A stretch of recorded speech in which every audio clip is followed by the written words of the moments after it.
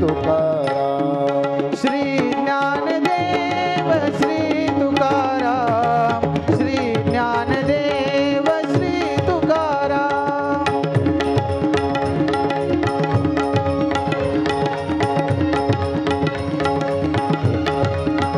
हा श्री ज्ञानदेव श्री तुकाराम श्री ज्ञानदेव श्री तुकाराम श्री ज्ञानदेव श्री तुकाराम श्री ज्ञानदेव श्री तुकाराम श्री ज्ञानदेव श्री तुकाराम श्री ज्ञानदेव श्री तुकाराम श्री ज्ञानदेव श्री तुकाराम श्री ज्ञानदेव श्री तुकाराम श्री ज्ञानदेव श्री तुकाराम श्री ज्ञानदेव श्री तुकाराम श्री ज्ञानदेव श्री तुकाराम श्री ज्ञानदेव श्री तुकाराम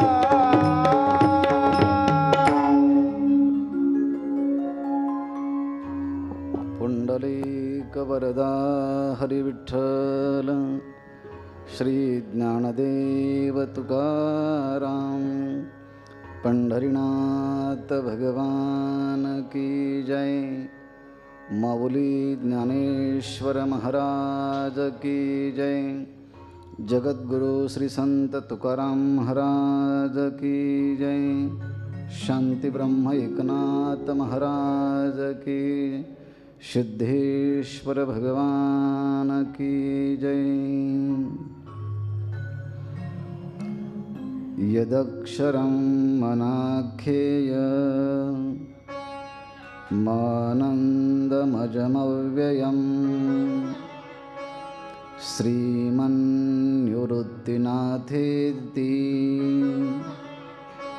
ख्यातं दैवतमाश्रये। गुरुरित्याख्यया लोके साक्षाद्विद्या हि शङ्करी जयत्याज्ञानमस्तस्यै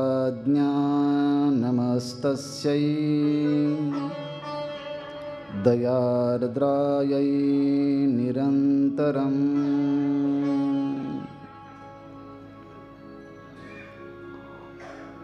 महाकैवल्य तेजोनिधी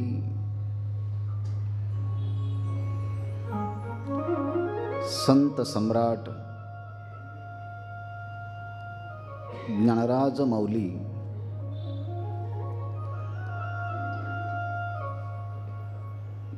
यांच्या चरणावर अत्यंत विनम्र भावानं नतमस्तक होत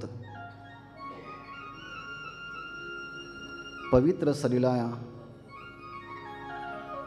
इंद्रायणी मातेचं स्मरण करत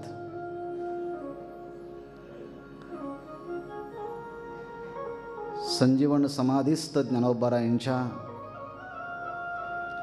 सभोवती असणारे जिज्ञासू जीवनमुक्त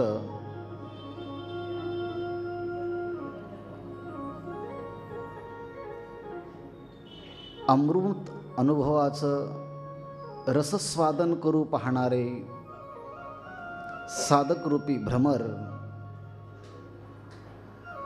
या सर्वांच्या चरणी नतमस्तक होऊन ज्ञानेश्वर महाराजांच्या ग्रंथ संपदेपैकी सर्वश्रेष्ठ तत्वज्ञानाचा ग्रंथ म्हणून ज्याची प्रसिद्धी आहे असा असणारा अमृत अनुभव ग्रंथ, या ग्रंथाचं आस्वादन करण्यासाठी आपण ह्या ठिकाणी ज्ञानराज माऊलींच्या सत्तेतून, त्यांच्या कृपेतून ह्या क्षणी प्रवृत्त होत आहोत. हा आपल्या जीवनाचा परमभाग्याचा क्षण आहे.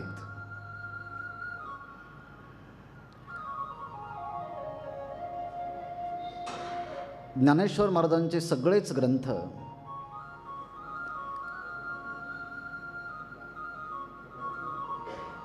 त्यांनी केलेल्या अनंत कल्पाच्या सत्यवादाच्या तपश्चर्येतून अभिव्यक्त झाले आहेत. त्या सगळ्याच ग्रंथांना परतत्वाचा स्पर्श आहे.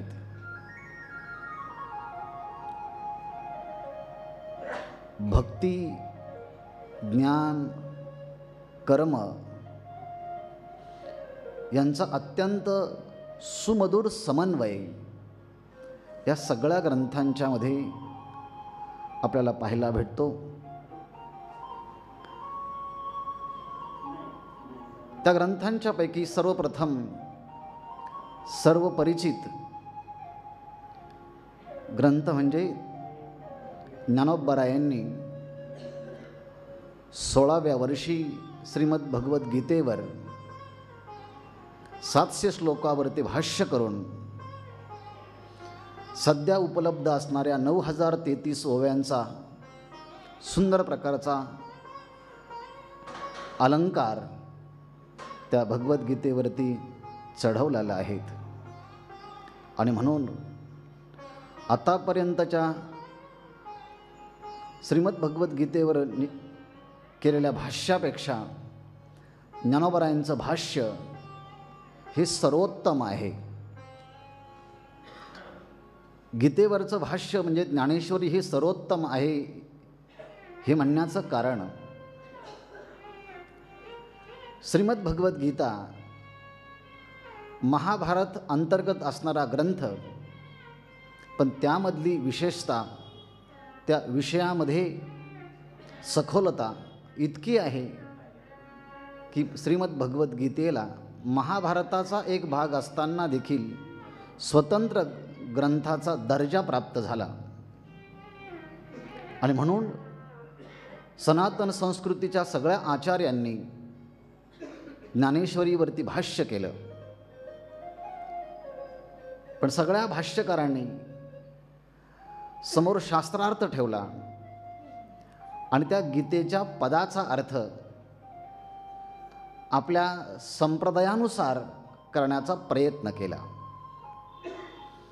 पण भगवंताच्या म्हणण्याचा अभिप्राय श्रोत्यांच्यापर्यंत पोचवण्यासाठी जितक्या प्रयत्नामध्ये ते यशस्वी व्हायला हवे होते तितक्या प्रयत्नामध्ये ते यशस्वी झाले नाहीत.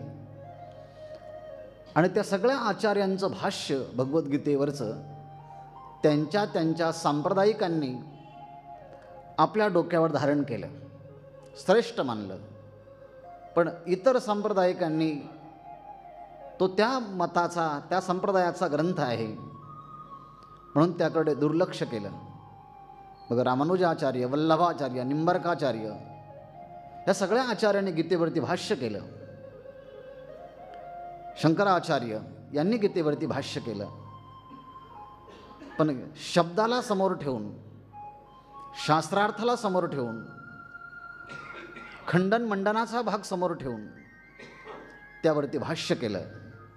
पण ज्ञानोबाराय म्हणतात,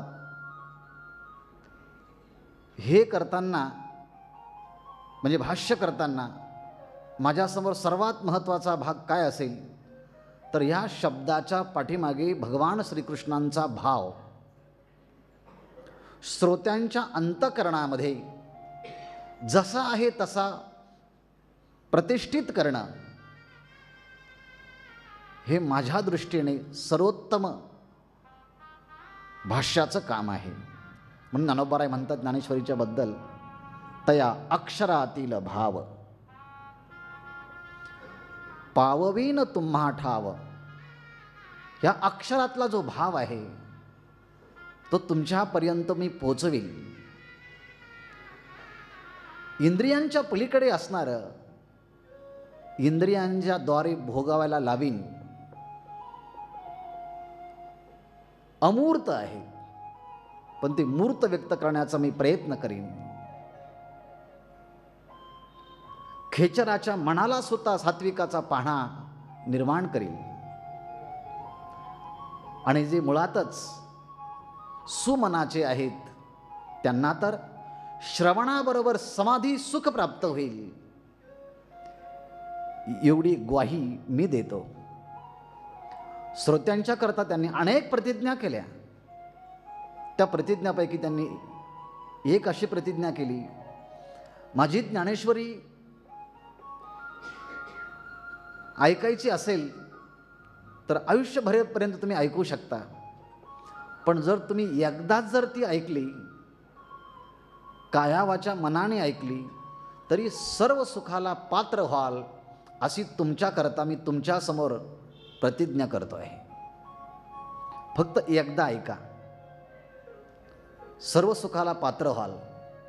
या म्हणण्याचा अर्थ आहे, माणसं अनेकदा अनेक गोष्टी अनेक पद्धतीने ऐकतात, फक्त स्वीकारत नाही. ज्या दिवशी संत वचनांचा स्वीकार मनाने केला, त्या दिवशी परिवर्तनाचा क्षण त्याच क्षणी त्या व्यक्तीच्या जीवनात आला. ज्ञानोबराय म्हणतात, अवधान एकले दिजे, तरी अवधान एकले दिजे, मग सर्व सुखासी पात्र होईजे. ही तुमच्याकरता प्रतिज्ञ उत्तर माझे उघड ऐका. तुमच्याकरता ही प्रतिज्ञ उत्तर मी या ठिकाणी बोलत आहे.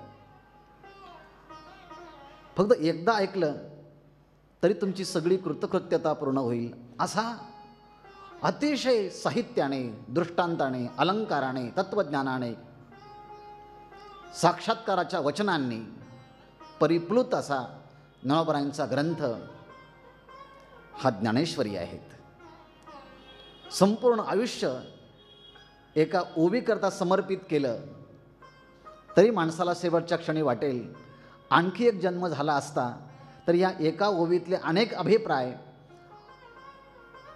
मी माझ्या चोचीने पक्षाप्रमाणे वेचण्याचा प्रयत्न केला असता. कारण एका एका ओवीमध्ये अनंत अभिप्रायाला जन्म देऊन आणि पुढचे अनेक अभिप्राय त्या ओवींच्यामध्ये साठवून ठेवण्याची ताकद त्या अक्षरांच्यामध्ये आहे. अभिप्रायोची अभिप्रायाते वे, अर्थ बोलाची वाटप आहे. अभिप्रायोची अभिप्रायाते वे, भावाचा फुलवरा होत जाय मतीवरी. अनंत अभिप्रायांना जन्म देऊनही पुढेही अनंत अभिप्राय शिल्लक राहतील, एवढं सामर्थ्य त्या अक्षरांच्यामध्ये आहेत. इथे इतके श्रोते बसलेले आहेत ज्ञानेश्वरीचे, ज्यांनी ज्ञानेश्वरी अनेकदा अनेक पद्धतीने ऐकलेली आहेत. 9033 ओव्यांचा जो ग्रंथ ज्ञानेश्वरी आहेत, या ना माऊली महाराज.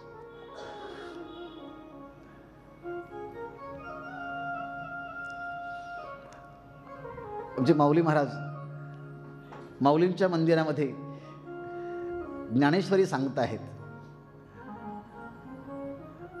आणि सगळ्या जगभरातले लोक त्याचा अनुभव घेत आहेत. खूप चांगलं काम ते करत आहेत. अनेक ओव्यांच्यापैकी परामर्श घेते अमृत अनुभवाकडे जाता जाता. ज्ञानेश्वर महाराज म्हणतात, ज्ञानेश्वरी हा ग्रंथ माझ्या स्वतःचं वैभव किंचितही नाही. हे सगळं वैभव माझ्या चित्सूर्य निवृत्तीनाथ महाराजांचं आहे, गुरुकृपेचं वैभव आहे. तुम्ही म्हणत असाल हा ग्रंथ आहे माझा, नाही, गुरुकृपेचं हे वैभव आहे. ग्रंथ नव्हे, कृपेचे वैभव आहे. हे श्री गुरु निवृत्तीनाथांच्या कृपेचं हे वैभव आहे. आणि तुम्हाला वाटत असेल की एवढा मोठा ग्रंथ माझ्या गुरुकृपेच्या द्वारे झाला, पण ज्ञानेश्वर महाराज विनम्र गुरुकृपेचं वैभव सांगत असताना आपल्या मुखातून एक ओवी, अनेक ओव्या आहेत, मी ओवीचा भाव सांगतो तुम्हाला, ती ओवी आठवेल. ते असं म्हणतात, तैसे निवृत्तीनाथांचे गौरव आहे साचे, ग्रंथ नव्हे कृपेचे वैभव आहे. मी पुढचं सांगणार होतो. ते असं म्हणतात, मी घेतलेला श्वास आणि टाकलेला प्रश्वास, एका श्वासात ज्ञानेश्वरीसारखा एक प्रबंध तयार होईल. घेतलेल्या श्वासात आणि टाकलेला प्रश्वासामध्ये दुसरा ग्रंथ तयार होईल. मग तुम्हाला मी गणित सांगतो. गणित अतिशय सोपं आहे. असं म्हणतात 21,600 वेळेस आपण श्वास प्रश्वास करतो एका दिवसाला. मग एका दिवसाला 21,600 वेळेस जर प्रश्वास करतो, ज्ञानेश्वर महाराज म्हणतात मी माझ्या प्रत्येक श्वास आणि प्रश्वासाला ज्ञानेश्वरीसारखा एक प्रबंध निर्माण करेल. मग कल्पना करा, एका दिवसाला 21,600, तर मग महिन्याला किती, वर्षाला किती. आणि ज्ञानेश्वर महाराजांचं आयुष्य 22 वर्षाचं आहे. तितक्या आयुष्यामध्ये ज्ञानेश्वर महाराजांनी किती ग्रंथ निर्माण केले असतील, असं गणित करून तुम्ही नंतर मला सांगा. ओवी सांगा आता. माझे नित्य नवे श्वासोच्छ्वासही प्रबंध व्हावे. गुरुकृपेचे वैभव. माझा प्रत्येक श्वासाला ज्ञानेश्वरीसारखा एक अजरामर ग्रंथ निर्माण होईल. किती ग्रंथ निर्माण झाले असते हो. पण एक ग्रंथ निर्माण झाला, तो वाचायला लोकांना वेळ भेटत नाही. एवढे ग्रंथ कधी निर्माण केले असते. ज्ञानेश्वर महाराजांचा ज्ञानेश्वरी ग्रंथ किती मोठा आहे. मगाशी म्हणालो मी, आयुष्य संपून जरी गेलं तरी एका ओवीतले अभिप्राय शिल्लक राहतील, पण आयुष्य संपून जाईल एवढा मोठा अजरामर ग्रंथ. असा ग्रंथ पूर्ण झाल्यानंतर श्रीगुरु निवृत्तीनाथांची प्रार्थना केली, सगळं जग सुखी व्हावं, तिन्ही लोक आनंदाने परिपूर्ण व्हावेत. ईश्वरनिष्ठांची मांदी आळी समाजाला भेटोत आणि सगळ्या समाजाने ती ईश्वरनिष्ठांची मांदी आळीला आपले सखे सोयरे मानोत. आणि मग खऱ्या अर्थानं नीतिसंपन्न समाज तयार होईल अशी प्रतिज्ञा त्यांनी केली. ईश्वरनिष्ठांची मांदी आळी भेटतू या भूता. ते ईश्वरनिष्ठांच्या करता प्रार्थना केली आणि लोकांच्या करता प्रार्थना केली. ते सर्वाही सदा सज्जन स्वैरे होतो. ही लोकांच्या करताना प्रार्थना केली. लोकांनी संतांना सोयरे मानावत आणि संतांनी लोकांच्या करता आत्मसाक्षात्काराचा वर्षाव करावा. ही सगळी खूप छान मांडणी केल्यानंतर जो पुन्हा ही ज्ञानेश्वरीचं अध्ययन करील त्याला ग्रंथ संपदा, पुण्य संपदा प्राप्त होईल.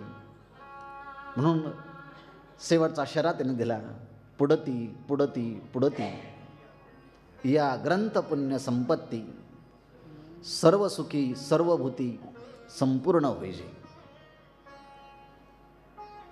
ज्ञानेश्वर महाराजांचा एका ग्रंथाचा यथार्थ अवलोकन केलं की इतर ग्रंथाचे साम्यस्थळं अभ्यासकाला पटकन लक्षात येतात.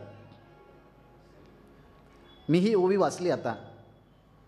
इथे बरेच ज्ञानेश्वर महाराजांच्या वाङ्मयाचे अभ्यासक आहे. ही ओवी वाचल्याबरोबर चांगदेव 65तल्या एका ओवीची आठवण झाली पाहिजे. घरा आलिया ज्ञानसंपत्ती,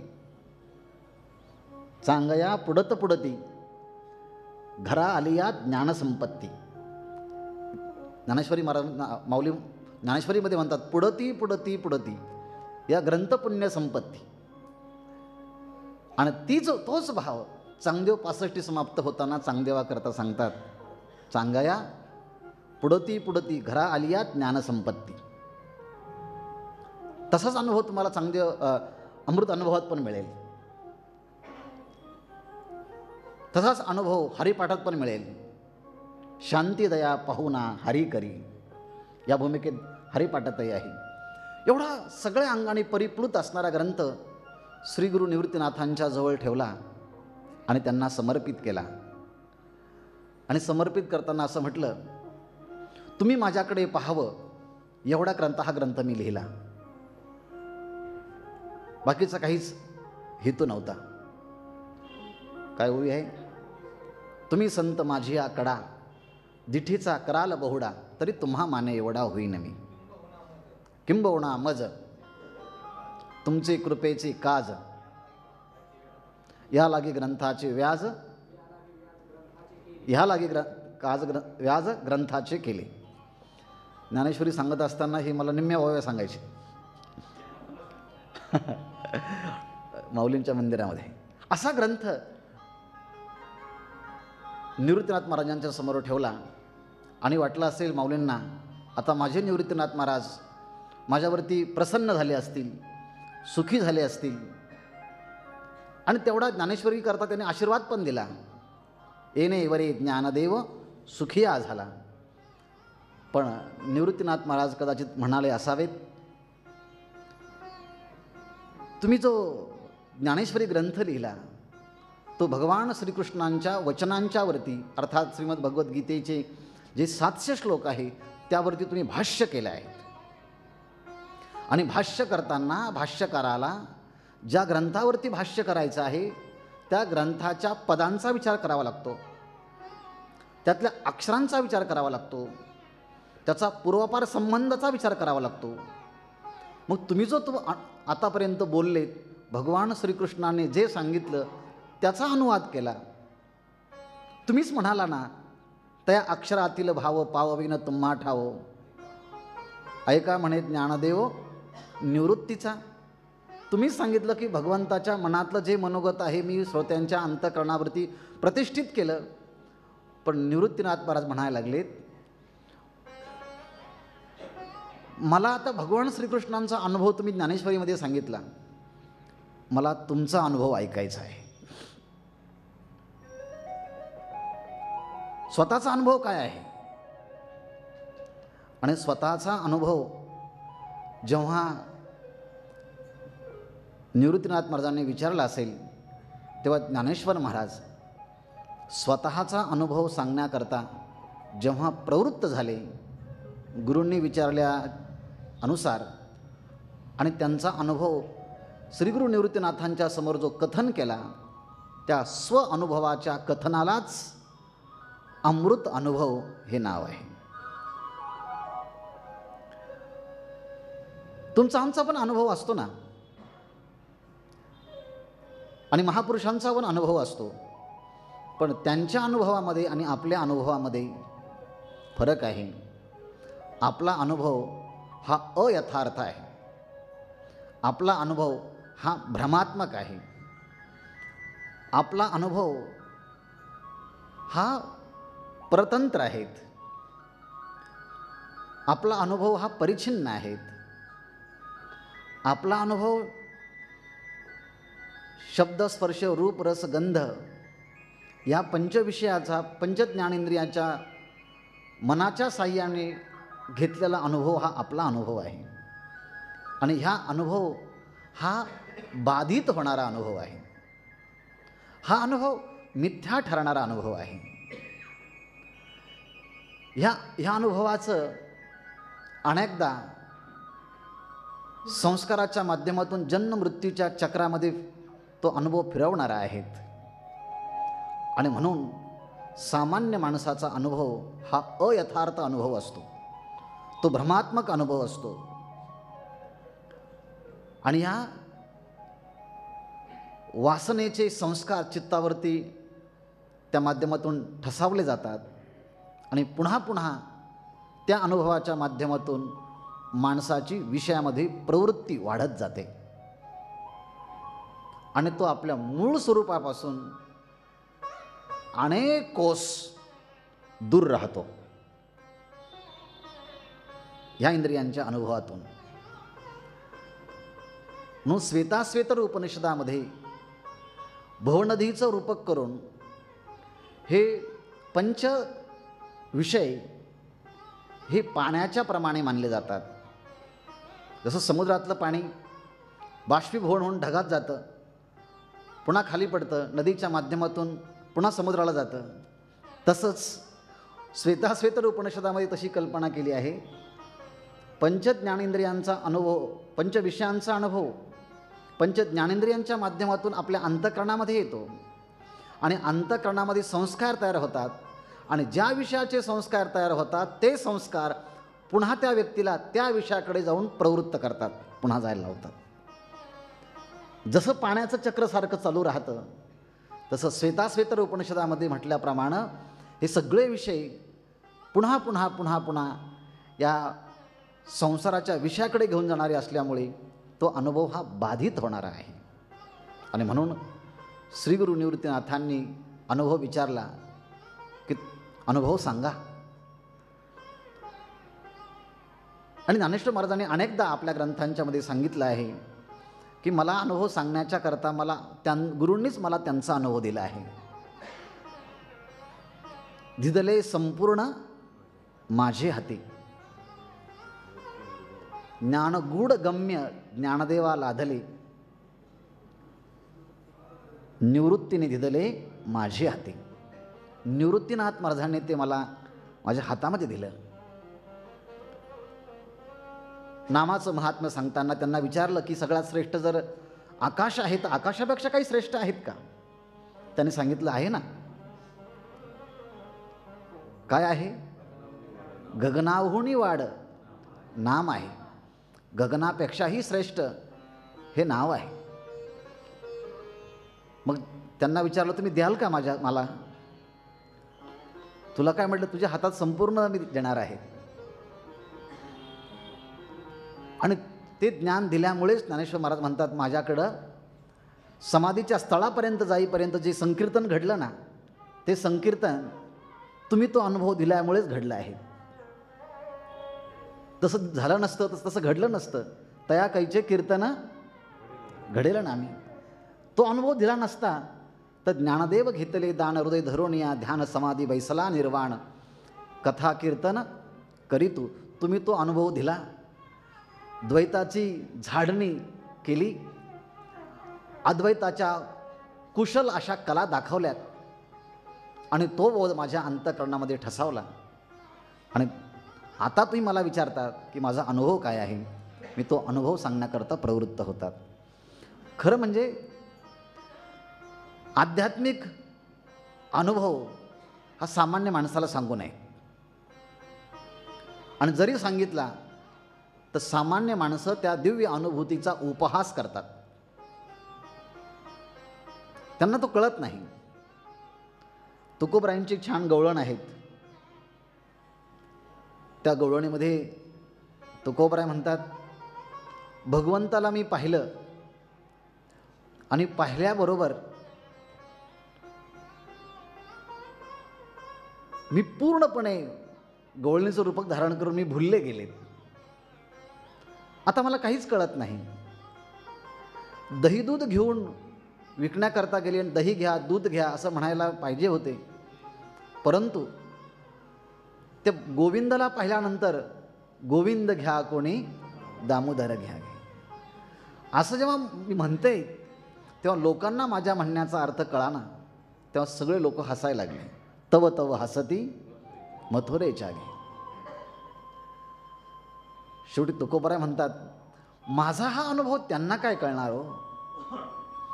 पण त्यांना कळाला नाही. ते माझ्या अनुभवाला हसले तरी त्यांच्या हसण्याकडे मी माझे कान देणार नाही. तुका म्हणे हसे जन नाही कान तये ठाई. मी त्यांच्याकडे त्यांच्या हसण्याला माझे कान देणार नाही. म्हणून संत महापुरुषांचा अनुभव जर कळायचा असेल तर तो अनुभव ज्यांना कळेल त्यांना सांगितला पाहिजे. कारण संतांचा अनुभव हा संतांनाच कळतो. अशा आशयाचे संत वचन वाङ्मयाच्यामध्ये अनेक शेकडो प्रमाणं आपल्याला सापडतील.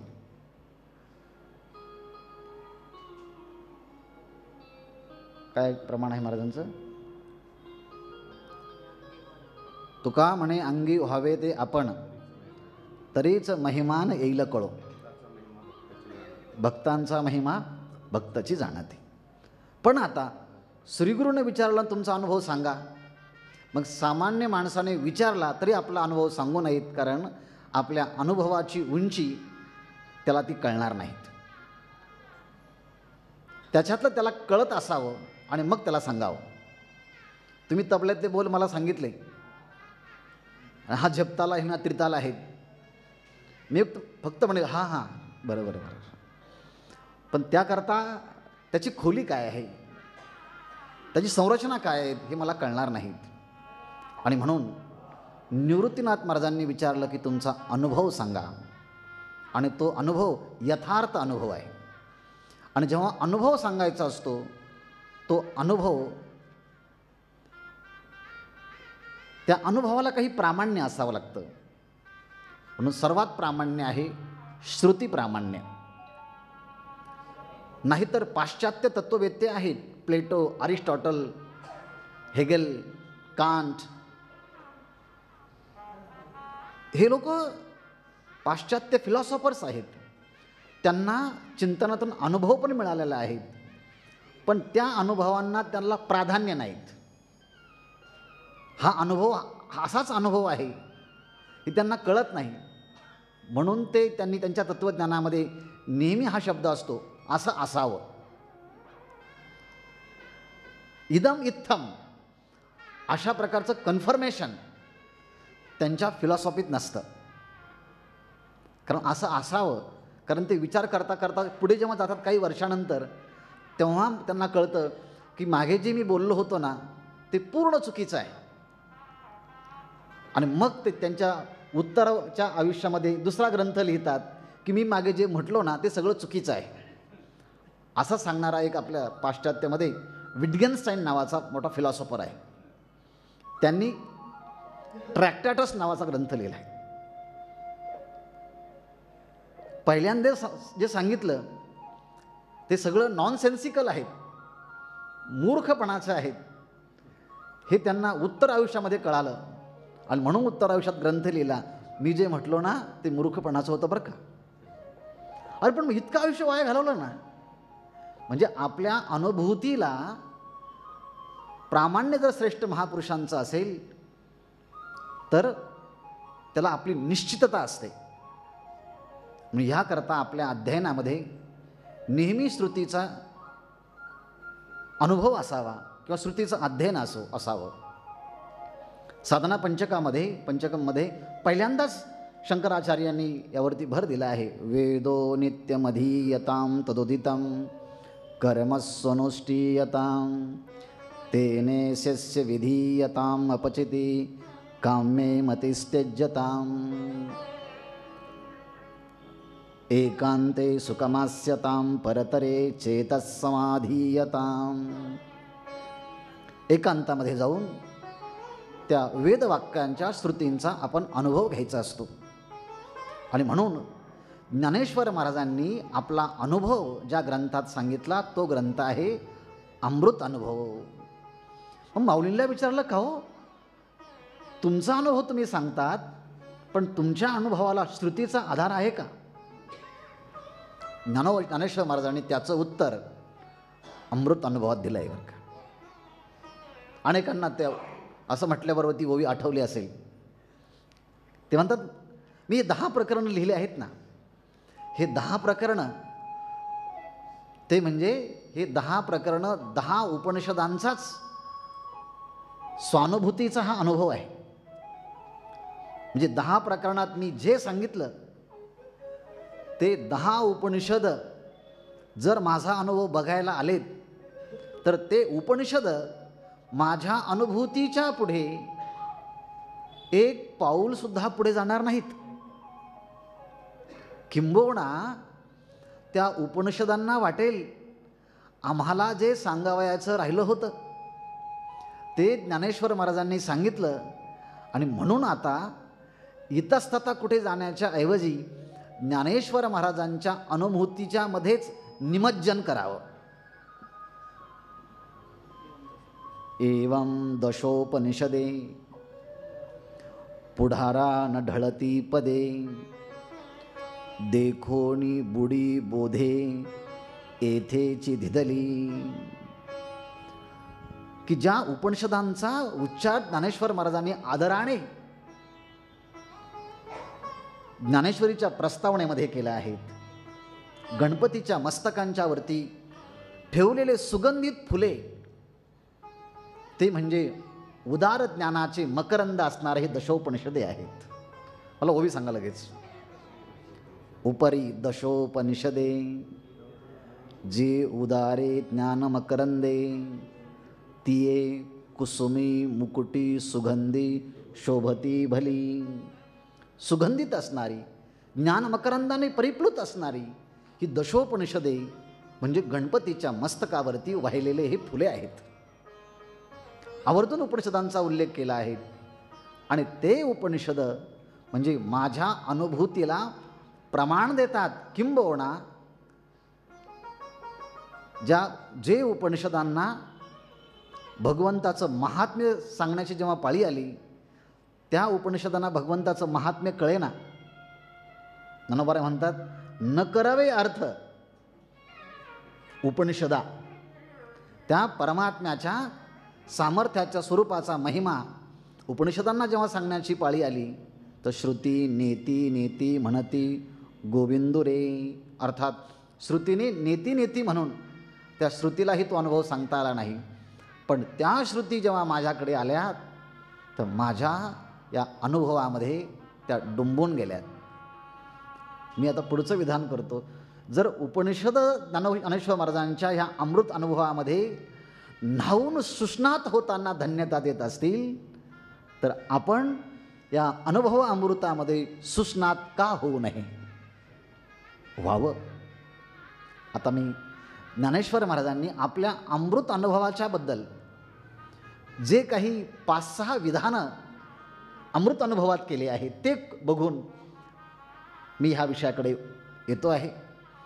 ज्ञानेश्वर महाराजांना विचारलं, आणि हे जे ओव्या आहेत ना, इथे खूप अभ्यासक आहेत. मी याच्यातली ओवी सांगितली की तुम्हाला चांगदेव 65 आणि ज्ञानेश्वरीतल्या ओव्या कळतील. सप्रमाण हरिपाठातले दिसतील, तत्सम प्रमाण तुम्हाला गाथेतले पण दिसतील. कारण एकच वक्ता आपली अनुभूती बोलत असताना जेव्हा वेगवेगळ्या परिभाषेत बोलतो, तेव्हा प्रसंग वेगवेगळे असतील, पण अनुभूती मात्र ही एकच असते. ज्ञानेश्वर महाराजांना विचारलं, तुम्ही एवढा मोठा अमृत अनुभव ग्रंथ लिहिला, याचा उद्देश काय आहे? त्याला आपण पारंपरिक भूमिकेमध्ये मांडताना फल काय आहे या ग्रंथाचं? अधिकारी, विषय, प्रयोजन आणि संबंध. खूप चर्चा करण्याची गरज नाही, कारण मग तो पाठ होईल. कारण इथे सगळेच लोक आहेत, त्यामुळे यातले सुटे सुटे वाक्य, मी असं म्हणतो की कॅप्सूल सेंटेन्स, कॅप्सूल असतात ना, एवढी एक कॅप्सूल घ्या, तुमचं जे पोट दुखणं थांबेल. तसं आता ह्या अमृत अनुभवाच्या प्रवचनामध्ये सगळा इत्थंभूत भाग सांगता येणार नाही, पण कॅप्सूलसारखे काही विधानं मात्र सांगता येईल. ज्ञानेश्वर महाराजांना विचारलं, तुम्ही हा अमृत अनुभव ग्रंथ लिहिला, याचा उद्देश काय आहे? त्यांनी सांगितलं, उद्देश एकच आहे. सगळं जग आपापल्या पद्धतीने सण साजरा करतात आणि त्यांच्या पद्धतीने तो आनंदाचा एक दिवस असतोही. पण मी माझ्या वतीने या विश्वालासाठी एक महाउत्सव सगळ्या प्रत्येक माणसाने, ह्या भूतलावरच्या प्रत्येक माणसाने साजरा करावा, ह्याकरता महाउत्सवाची निर्मिती करण्याकरिता मी हा ग्रंथ लिहितो आहे. आणि हा उत्सव असा आहे की तो साजरा करताना, साजरा झाल्यानंतर उद्विग्नता येणार नाही, नैराश्य येणार नाहीत. आपल्याकडचं गेलं असा गेल्याचा भासही होणार नाही. नाही तर दिवाळी दसऱ्यामध्ये लोक आनंद व्यक्त करतात, पण सण साजरा झाला, किती खर्च झाला हो, किती पैसे गेले. आणि मग आनंद व्यक्त करणारे माणसं एकांतामध्ये जाऊन किंचितसे हळवे होतात, विनाकारण आपण एवढा खर्च केला. ज्ञानोबा म्हणतात, म्हणून ज्ञानदेव म्हणे, म्हणून मी हा ग्रंथ लिहिला. कशा करता? खरं म्हणजे आपण सगळ्यांना अमृत अनुभव म्हणतो, पण त्यांनी आपला उल्लेख करताना अनुभव अमृत असा केला आहे. म्हणून ज्ञानदेव म्हणे, अनुभव अमृत येणे, येणे अमृत, येणे अनुभव अमृते. या अनुभव अमृताच्या द्वारे सणू भोगी जे सणे विश्वाचेणे, या सगळ्या विश्वाने आत्मसाक्षात्काराचा सण साजरा करावा. आणि ज्या दिवशी ही आत्मप्रतीती येईल, त्या दिवशी माणसाच्या जवळ काही जरी नसलं ना, आणि कोणी प्रामाण्य नाही जरी दिलं ना, तरी तो म्हणणार नाही की तुमची मला अनुमती पाहिजे आणि तुम्ही दिली ना तरच मी आनंदी होईल. ज्ञानेश्वर महाराज सांगतात, अशी अनुभूती देईल की ती अनुभूती शब्दाचा विषय होणारच नाही. शब्द आहे म्हणूनही सांगणार नाही आणि शब्द नाही म्हणूनही सांगणार नाही. आहे नाहीच्या पलीकडचा अनुभव तुम्हाला मी सांगणार आहे. आणि असा अनुभव सांगणार आहे की तो अनुभव आहे या शब्दाचंही बोलणं सहन करणार नाही. असा अनुभव सांगणार आहे की तो अनुभव नाही या बोलण्याचाही अनुभव तो सहन करणार नाही. जे बोलणे नस आहे, आहे नाहीचे, आहे नाहीच्या पलीकडचं तुम्हाला मी सांगणार आहे. हां, आथे नाथी या बोले, आहे नाही ही सगळं बोलणं मोडकळीच निघणार आहे. असा अनुभव सांगेल की तिथे तुम्हीही तुमच्या अनुभूतीला विषय होणार नाही आणि दुसरेही तुमच्या अनुभूतीचा विषय होणार नाही, पण तुम्हाला ती अनुभूती नाही असं होणार नाही. ती सप्रमाण अनुभव आहे. तुम्हाला अनेक ओव्या आठवल्या असतील अमृत अनुभवातल्या. सांगा एक ओवी. काळा राहे काळवखा आपणाना अनेका न चोजवे असिका हा मी बाणे. निरंजने निदेला तो निरीवादक एकला चेता अनेके नाही देखीला आपलाही निमाला आठवत आहे. मागे पुढे झालं शब्दांचे देव आहे. निरंजने निदेला निरीवाद एकला. हां, तो कवणी नाही देखीला एकलाच. ही ओवी त्यातली नाही, कुठली तरी दुसरीची आहे. अर्थात ही अमृत अनुभवातल्या ओव्या आहेत. त्याचा आशयच असा आहे, काळा मनुष्य निग्रो, काळा निग्रो, अमावस्या आहेत आणि ती रात्रीची अमावस्या आहे आणि तो पुन्हा काळ्या शेतामध्ये झोपला आहे. त्यामुळे आणि तो एकटाच असल्यामुळे तिथं कोणीच नव्हतं. मग आता तो त्या निर्जन वनामध्ये गेला. त्याला कोणी पाहिलं नाही आणि हा झोपल्यामुळे यालाही कोणी पाहिलं नाही. पण हा जिवंत नाही असं कोणी म्हणू शकत नाही, कारण दुसरे कोणी म्हणू शकत नाही, कारण त्याला कोणी पाहिलं नाही. आणि हाही म्हणू शकत नाही, कारण हा झोपलेला आहे. पण नाही असं नाही. नाही की नाही किर नोहे आयुष्य शुद्ध असणे आहे. जे बोलणे नस आहे, आहे नाहीचे. ते आहे नाहीचं बोलणं सहन होणार नाही. असं जे शुद्ध असणं आहे ना, असा जो अनुभव आहे, असा अनुभव जगाने साजरा करावा याकरता मी हा अनुभव अमृत ग्रंथ लिहित आहे. म्हणून ज्ञानदेव म्हणे अनुभव अमृत येणे सणुभोगी जे सणे विश्वाचिणी. आणखी कशा करता लिहिला ते म्हटले, मानवी जीवनामध्ये सगळ्यात मोठी भूमिका संत जीवनाची आहे. म्हणून श्री गुरु साखरे महाराज सांगत असतात एक वाक्य, अखिल मानव जातीला आदर्श काय असेल तर संत जीवन आहे. कारण काही महापुरुषांचे वाक्य अनेकदा ऐकल्यामुळे तसे ते काही स्पष्ट झालेले असतात. आदर्श जीवनाचा वस्तुपाठ हे जीवनमुक्त महापुरुष संत असतात. मग ह्या अनुभव अमृताचं जर तुम्ही रसस्वादन केलं तर तुम्ही सुद्धा त्याच अवस्थेला प्राप्त व्हाल ज्या अवस्थेला संत आहेत. ज्ञानदेव म्हणे श्रीमंत हे अनुभवा अमृत सेवोनी जीवनमुक्त हेची होतो. या अनुभव अमृताचं एकदा दोनदा जर ऐकलं आपण तरी यातले शब्द अज्ञानाची निवृत्ती करून ज्ञानाची निवृत्ती करविल आणि ज्ञानातीत असणारी जी उत्कृष्ट अवस्था जी आहे ना, ती अवस्था हे अनुभव अमृतातले शब्द तिथे तुम्हाला पोचवतील ही त्यांनी प्रतिज्ञा केली. एवढा मोठा ग्रंथ आहे तुमचा, पण आम्ही तर ऐकलं आहे की अमृत सर्वश्रेष्ठ आहे. ते म्हटले अमृत सर्वश्रेष्ठ आहे हे स्वर्गातले लोक म्हणतील, पण माझा अनुभव अमृताचा ग्रंथ ऐकल्यानंतर स्वर्गामध्ये असणाऱ्या त्या अमृताला सुद्धा तोंडाला पाणी सुटेल. वा वा, काय माऊलींचा अनुभव आहे हो. तो अनुभव त्या अमृताने जर घेतला तर सापेक्ष असणारं अमृतसुद्धा निरपेक्ष अमृताला प्राप्त होईल. एरवी त्या अमृताच्याद्वारे माणसं अमर होतात, पण ते सापेक्ष अमृत आहे. मग त्या अमृताला वाटलं मी नंतरही लोक अमर होतात, पण काही वर्षानंतर मरतात. ज्ञानेश्वरीमध्ये सांगा ना ओवी, देहाचे पुरंदर 14 जाती, जे काळकुटाचे सहोदर, मृत्यू भेणे प्याले अमर, ते देहाचे पुरंदर 14 जाती.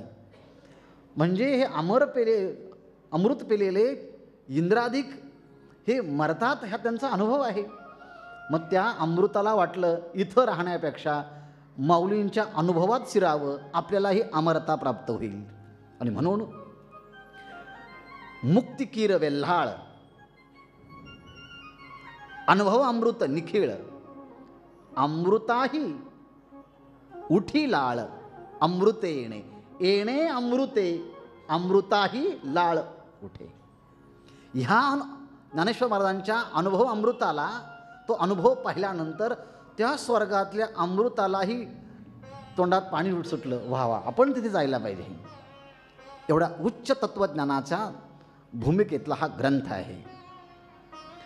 अहो म्हटलं, तुमचा जर ग्रंथ ऐकल्यानंतर आम्ही जेव्हा ऐकायला आलो तर पुढे बसणारे माणसं मुक्त होते. आम्ही तर पामर आहोत, जिज्ञासू आहेत मधले, पण अमृत अनुभवाचं सेवन केल्यानंतर हा भेद तसाच राहील का? ते म्हटले, जोपर्यंत अनुभव अमृतातले शब्द तुमच्या कानावरती पडत नव्हते किंवा पडलेले नव्हते, तोपर्यंत हा मुक्त पामर विषयी हा भेद होते. पण एकदा की अनुभव अमृतातले शब्द तुमच्या कानावरती पडले, उभी काय मग मुक्त मुमुक्षुबद्ध, हे तवरी योग्यता भेद, अनुभव अमृत स्वाद विरुद्ध जवळ. जोपर्यंत अनुभव अमृताचा स्वाद प्राप्त होत नव्हता, तोपर्यंत हा छोटा हा मोठा असा हे भेद होते. पण आता हा अनुभव अमृत घेतल्यानंतर तसा भेद राहणार नाही. आणखी सांगत असताना शेवटची ओळी सांगतो आणि मग आपल्या ज्याकडे येतो. म्हटले, हा जो अनुभव आहे ना, ही मेजवानी मी सगळ्यांच्या करता ठेवली आहेत बरं का. सगळे या आणि तो अनुभव घ्या. पण उच्च दर्जाचा अनुभव जेव्हा द्यायचा असतो ना, तेव्हा निकृष्ट अनुभव घेणारा माणूस जेव्हा उत्कृष्ट अनुभव घ्यायला जातो, तो कसा घ्यावा हे जेव्हा कळत नाही, तेव्हा त्याची धांदल होते. नेहमी रस्त्याच्या वरती वडापाव खाणारे माणसं जेव्हा 5 स्टार हॉटेलमध्ये जातात आणि हात कुठे धुवावेत हेच जेव्हा कळत नाही, तेव्हा तिथे पाहतात कुठे नळ आहे का. नळ असतात पण त्याला हे नसतात, फिरवण्याचे हे साधन नसतं. मग ते पाहतात हात कुठे धुवायचे. मग तेवढ्यात तरी कोणी सूट बूट कोटमध्ये आलेला एखादा मनुष्य असतो आणि तो हात पुढे करतो. हात पुढे केल्याबरोबर त्यातलं नळातलं पाणी आपोआप येतं आणि तो पाहतो, असं असतं का हे.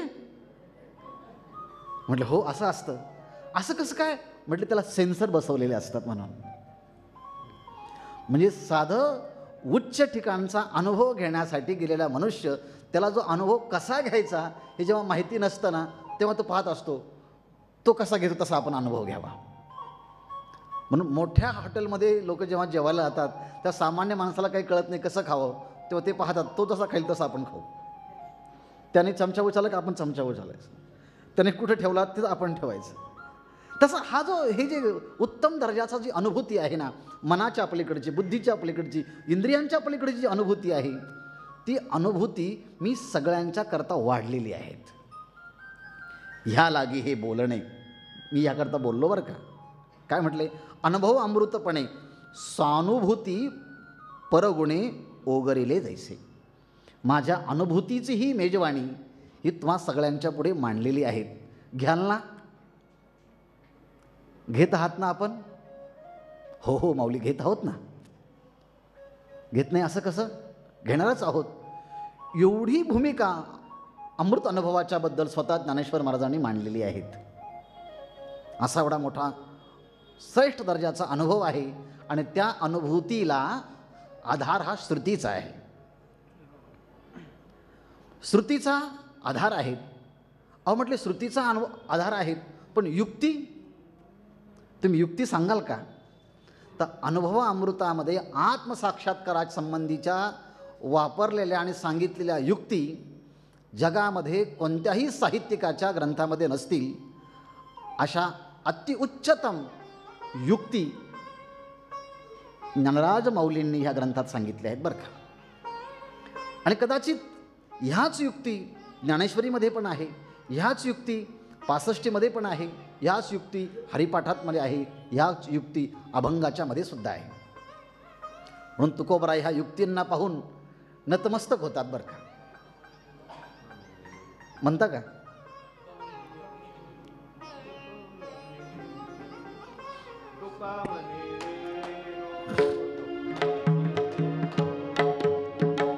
तुका म्हणे नेनू युक्तीची या खोली, तुका म्हणे नेनो युक्तीची अधुरी, तुका म्हणे नेनो युक्तीची अधुरी, तुका म्हणे नेनू युक्तीची या खोली, तुका म्हणे नेनू युक्तीची या खोली, तुका म्हणे नेनो युक्तीची अधुरी, तुका म्हणे नेनो युक्तीची अधुरी.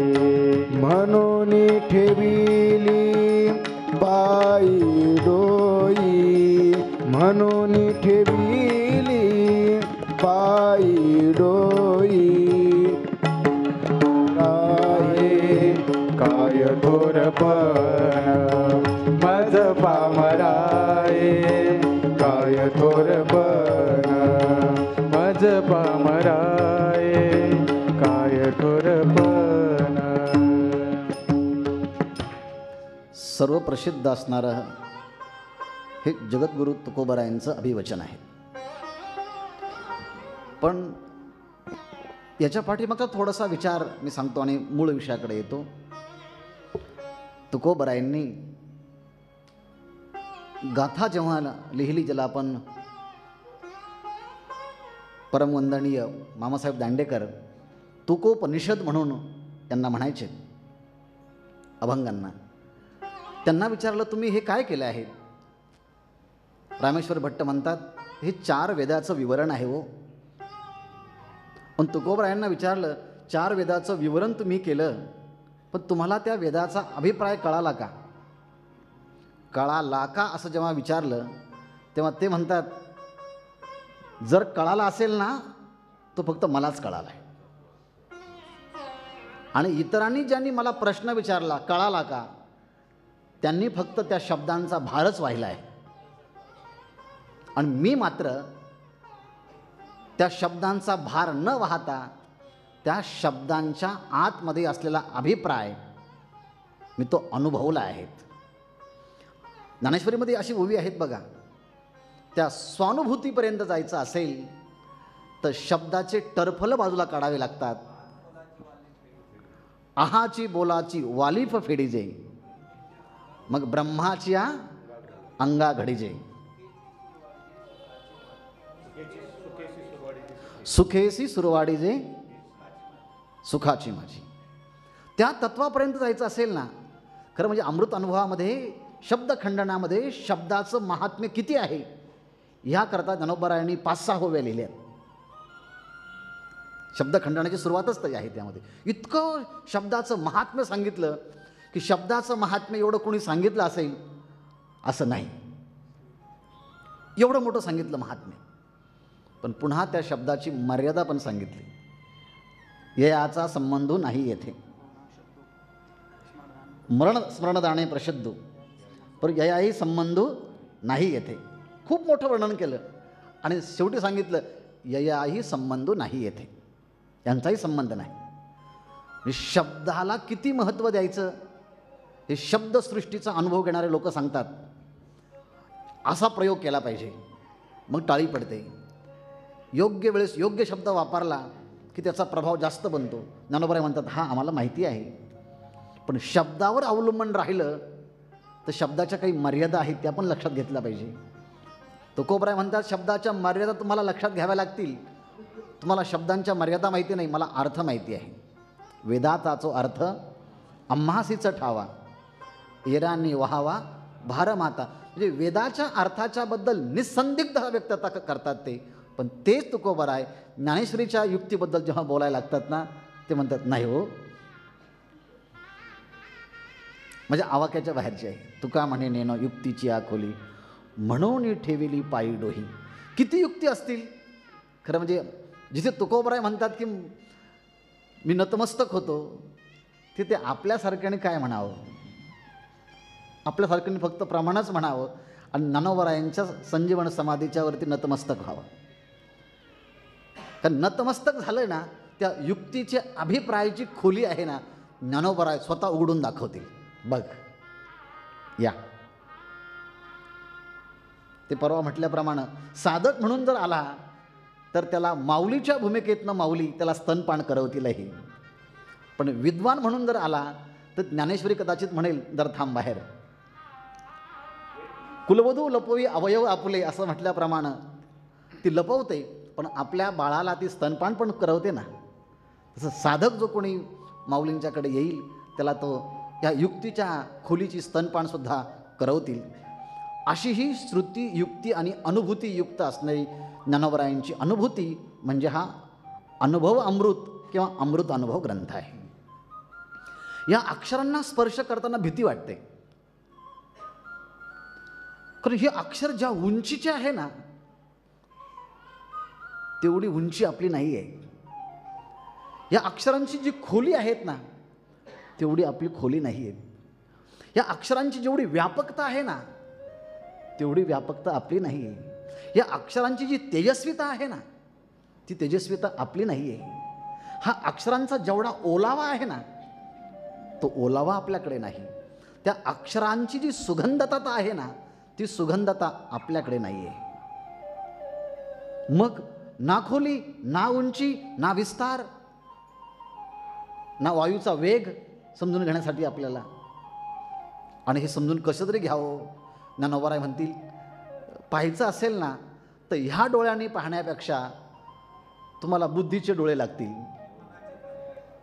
ह्या कानाने नाही ऐकता येणार, त्याला ह्या कानाच्या पाठीमागचा जो कान आहे ना, त्या कानाने ऐकावं लागेल. ह्याकरता तुम्हाला चित्त द्यावं लागेल आणि माझ्याकडनं शब्द घ्यावे लागतील. सांगा आता ओवी, मनाच्या कानी ऐकावे, बोल बुद्धीच्या डोळे देखावे, साठो वाटी घ्यावे चित्ताचिया. कानाने तर माणसं सगळे ऐकतात, पण त्या कानाच्या पाठीमागे मन असेल ना तर ते खरं ऐकणं होतं. जाता आता एक मी वाक्य सांगून जातो. हाऊ टू लिसन, कसं ऐकावं, ह्याकरता आधुनिक शिक्षण प्रणालीमध्ये खूप असे पुस्तकं निघाले आहेत. पण त्या पुस्तकांनी जेवढं सांगितलं जात नाही, त्यापेक्षा अनंतपटीने कसं ऐकावं हे ज्ञानोबरायांनी ज्ञानेश्वरीमध्ये अनेकदा सांगितलेलं आहे. म्हणजे आधुनिक शिक्षण, all the branches of knowledge सगळ्यात ज्ञानेश्वरीच्या पुढे नतमस्तक व्हाव्यात. त्यांनी कसं ऐकावं. मी असं म्हणजे हे विधान जे केलं आहे ना, ते अभ्यासून केलं आहे, ते ऐकून केलं आहे. कसं ऐकावं, त्यांनी असे खूप मोठे त्यांचे डेमो असतात, त्यांची PPT असते. पण सगळं एकत्रित जर केलं तर ज्ञानेश्वर महाराजांनी ऐकावं कसं हे जे सांगितलं आहे ना, त्यावरती स्वतंत्र एखाद्याला PhD करावं लागेल. एवढा मोठा विषय कसं ऐकावं. आणि ते सगळं ऐकत ऐकत या आधुनिक विज्ञानातल्या जेवढ्या शाखा आहे ना, त्या शाखेला सांगावं लागेल घ्या आमच्याकडनं हे. म्हणून असं आजकाल असं म्हटलं जातं, ज्ञानेश्वरीतले किंवा अमृत अनुभवातले सगळे सिद्धांत वर्तमान काळात असणाऱ्या ज्ञानशाखेला पूरक असणारा विचार प्रदान करणारे आहेत. आता ही वाक्य शिकलेल्या लोकांना कळेल. ह्या जेवढे काही शाखा आहेत त्या प्रत्येक शाखेला, ज्या अधून निघत आहेत त्या सगळ्या शाखेला पूरक असणारा विचार आमचे संत वाङ्मय देतील. फक्त एवढंच आहे, आधुनिक शाखेत काय विचार आहे तो पहिल्यांदा आपल्याला माहिती पाहिजे, आणि तत्सम विचार ज्ञानेश्वरीत अमृत अनुभवात कसा आहे हेही आपल्याला माहिती पाहिजे. आणि म्हणून ज्ञानेश्वरीचा वाचक सगळ्या ज्ञानशाखेतला पहिल्या क्रमांकाचा अभ्यासक असेल बरं का, पहिल्या क्रमांकाचा अभ्यासक असेल. म्हणजे किती जरी ज्ञानशाखा निघाल्या तर त्या ज्ञानशाखेला वाटेल की आपण ज्ञानेश्वरीच्या अभ्यासाकडे जावं.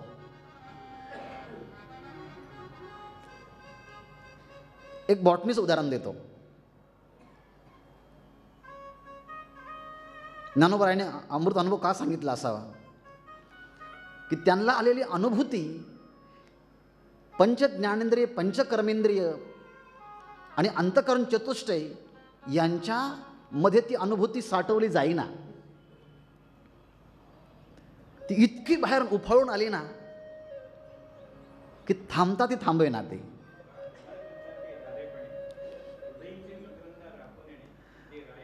दे राया दे रंका पारणे आमोदाची, जैसे कमळकळिका धालेपणे हृदयीची मकरंदाते राखोण्याने दे राया रंका पारणे आमोदाची. ही ओवी कळण्याकरता ज्याला बॉटनी माहिती पाहिजे, बॉटनीचे सगळे संश्लेष माहिती पाहिजे, ती उमलते कधी, त्यातला मकरंद कधी येतो, मग ती भ्रमर कधी येतात आणि ती कशी सगळ्यांना देते, ही अनुभूती ही ज्ञानोबारायांची आहे.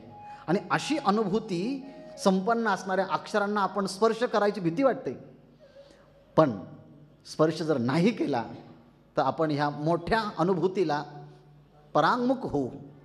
पण ह्याकरता या शब्दांना स्पर्श करण्यापूर्वी ज्ञानेश्वर महाराजांच्या समाधी स्थितीतले जे स्पंदन आहे ना, त्या स्पंदनाला आपल्या कवेत घेण्याची आवश्यकता आहे. किंबहुना ज्ञानेश्वर महाराज ते स्पंदन आपल्याला जेव्हा देतील आणि त्या स्पंदनाच्या मतीत प्रकाश पडेल आणि त्या प्रकाशाच्याद्वारे हे अक्षर आपल्याला दिसतील. तसे आपल्या मतीच्या मध्ये प्रकाशच नाही हो. आपल्या मतीच्या मध्ये बुद्धीमध्ये प्रकाश असा आहे, वीर साहेब, अमावस्याच्या मध्ये कंदिलाचं चित्र काढावं आणि मग म्हणावं तुम्हाला पाहायचं ना, घे हा कंदील. हो म्हटले, तुम्ही जो कंदील दिला आहे तो चित्रातला आहे. चित्रातल्या कंदिलाच्या प्रकाशाने अमावस्याच्या रात्रीमध्ये असणाऱ्या वस्तू सापडतीलच कशा. तसं या अविद्येच्या रात्रीमध्ये असणारे हे सगळं जग आणि तिथे आमची बुद्धी म्हणजे चित्रात काढलेला दिवा त्याप्रमाणे आहेत. आणि म्हणून यातून हे कळणार नाही. म्हणून तुमच्या मतीचा प्रकाश, तुमच्या कृपेचा प्रकाश आमच्या मतीत पडेल आणि त्या मतीने बुद्धी जेव्हा प्रकाशित होईल तेव्हा ह्या शब्दांच्या पर्यंत जाण्याचं काहीसं धाडस हे होईल. अशा अर्थाची ओवी पण आहे, मला आठवत नाही आता.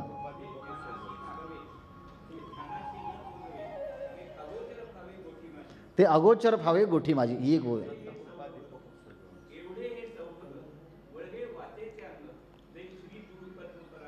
वा वा.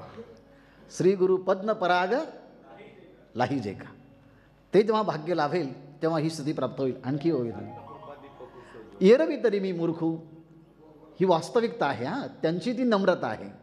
एरवी तरी मी मूर्खू, जरी झाला अविवेकू, तरी संत कृपा दीपकू स्वज्वळू असे. त्या संत कृपेचा दीपक जेव्हा ज्ञानोबा त्यांच्या कृपेने आमच्या मतीत लावतील ना, तेव्हा याचा अर्थ करण्यास सोपं होईल. पण या अमृत अनुभवावर बोलण्याच्या अगोदर धन्यवाद द्यावे लागतील की या अनुभव अमृतावरती खूप लोकांनी खूप प्रकारे खूप कालखंडात वेगवेगळ्या पद्धतीने लिखाण केलं आहे. त्या सगळ्यांना खूप धन्यवाद दिले पाहिजेत. या अमृत अनुभवाचं वैशिष्ट्य अतिशय आगळं वेगळं आहे. म्हणून या अमृत अनुभवाचं महात्म्य पाहून संस्कृतवरती यावरती टीका झालेल्या आहेत. प्रत्येक ओवीला संस्कृत टीका, संस्कृत ओवी म्हणजे श्लोक, समश्लोकी अमृत अनुभव हा काहींनी लिहिला आहेत. हिंदीमध्ये याच्यावरती विचार झालेला आहे, गद्यामध्ये विचार झाला आहे, पद्यामध्ये विचार झाला आहे. सांप्रदायिकांनी ह्यावरती विचार केला आहे. सांप्रदायाकडे तटस्थ वृत्तीने पाहणाऱ्या विद्यापीठीय, स्वतःला बुद्धिवान म्हणून घेणाऱ्या विद्वत विभूतींनी सुद्धा या अमृत अनुभवावरती प्रकाश टाकलेला आहे. शिवकल्याणांसारख्या महामुनींनी किती श्लोक ओव्या आहे त्यामध्ये? शिवकल्याणांच्या 8,000 का 40,000 काहीतरी ओव्या आहेत. नित्यानंदैक दीपिका ही अनुभव अमृतावरती खूप मोठी टीका आहे. इंग्लिशमध्ये सुद्धा खूप लोकांनी लिहिलं आहेत. BP बैराटांनी यावरती लिहिलं आहेत. आणखी सुद्धा खूप लोकांनी अमृत अनुभवावरती इंग्रजीमध्ये लिहिलं आहे. हां हां, ती पोएट्री याच्यावरती लिहिली आहे. म्हणजे इंग्रजी भाषेमध्ये आहे, हिंदी भाषेमध्ये आहे, मराठीमध्ये तर इतक्या लोकांनी लिहिल्या आहेत. सांप्रदायिकांचं जर यादी घेतली तर खूप मोठी आहे.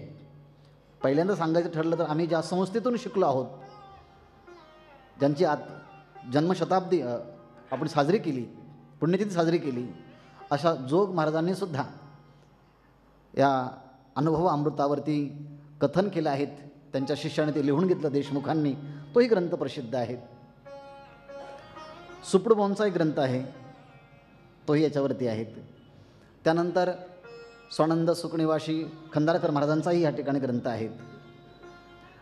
साखरे महाराजांनीही अमृत अनुभवावरती ग्रंथ लिहिला आहेत. वासुदेव महाराजांचा ग्रंथ आहेत. बाबाजी महाराज पंडितांचा ग्रंथ आहेत. पु य देशपांडे यांचा ग्रंथ आहे. माझ्याकडे ते 9-10 ग्रंथ सध्या तरी आहे एवढे. आणखी सुद्धा खूप वेगवेगळ्या लोकांनी ग्रंथ लिहिले आहेत. आणि त्यामध्ये वेदांताचे म्हणजे ब्रह्मीभूत रंगनाथ महाराज परभणीकर यांचाही तो ग्रंथ धूत महाराजांनी लिहिला आहे. आणि त्यांनी एक स्वतंत्र दुसरा ग्रंथ लिहिला आहे. काय ग्रंथचं नाव? ब्रह्मानुभूती. तो त्यांनी ग्रंथ लिहिला आहे. आणि ह्या अमृत अनुभवावरती वेगवेगळ्या लोकांनी वेगवेगळ्या परिप्रेक्ष्यामध्ये विचार मांडलेला आहे. आयुर्वेदाने वेगळा मांडला विचार, वात्सायनांच्या अनुसार काही लोकांनी विचार मांडलेले आहेत, प्रतिमा सृष्टीच्या माध्यमातून काही लोकांनी विचार मांडलेला आहेत. इतक्या अंगाने विचार मांडलेला आहेत ना, म्हणून अनुभव अमृताचं चिंतन करताना त्या पूर्वसुरींना खूप नतमस्तक व्हावं वाटतं. त्यांच्या माध्यमातून त्यांचा हात धरून ह्या अक्षरापर्यंत पोहोचण्याकरता आपल्याला मदत होते. पण हे करत असताना स्वतःला पण ज्ञानेश्वर महाराजांची प्रार्थना करावी लागते. म्हणून सगळ्याच या भूमिकेमध्ये विचार करत करत या अनुभव अमृताच्याकडे आपण जेव्हा प्रवेश करूया, तेव्हा ज्ञानेश्वर महाराजांनी ग्रंथ हा मराठीत लिहिला आहेत. पण हे जरी सत्य असलं तरी ह्या संपूर्ण अनुभव अमृताचं एक संक्षेपाने सगळा विचार 5 श्लोकामध्ये सांगितला आहे. त्याला श्लोक पंचक असं म्हणतात. आणि हे अमृत अनुभवातले श्लोक पंचक म्हणजे पहिले 5 श्लोक म्हणजे घागर में सागर अशा स्वरूपाचे आहेत. सगळाच अनुभव अमृताचा संक्षेपाने विचार ते ह्या 5 श्लोकांच्यामध्ये ज्ञानेश्वर महाराजांनी मांडलेला आहेत. आणि म्हणून आपण आज असं पाहिलं की स्वतः ज्ञानेश्वर महाराजांचं म्हणणं काय आहे अमृत अनुभवाबद्दल, त्याचा विचार पाहिला. इथं ग्रंथाचा विचार आपण पाहिला ज्ञानोबारायांच्या. त्यानंतर स्वतःच्या अनुभूतीची संबंधाने तो विचार आपण मांडला. पूर्वसुरीने जो विचार केलेला आहे त्या संबंधाचा विचार आपण पाहिला. आणि म्हणून अमृत अनुभव तत्वज्ञानातला सर्वश्रेष्ठ ग्रंथ म्हणून तो पाहिला जातो. म्हणून बऱ्याचदा भुंगा त्या सुगंधित फुलाजवळ येतो आणि जेव्हा तिथे येतो ना, तो गुंजाराव करत येतो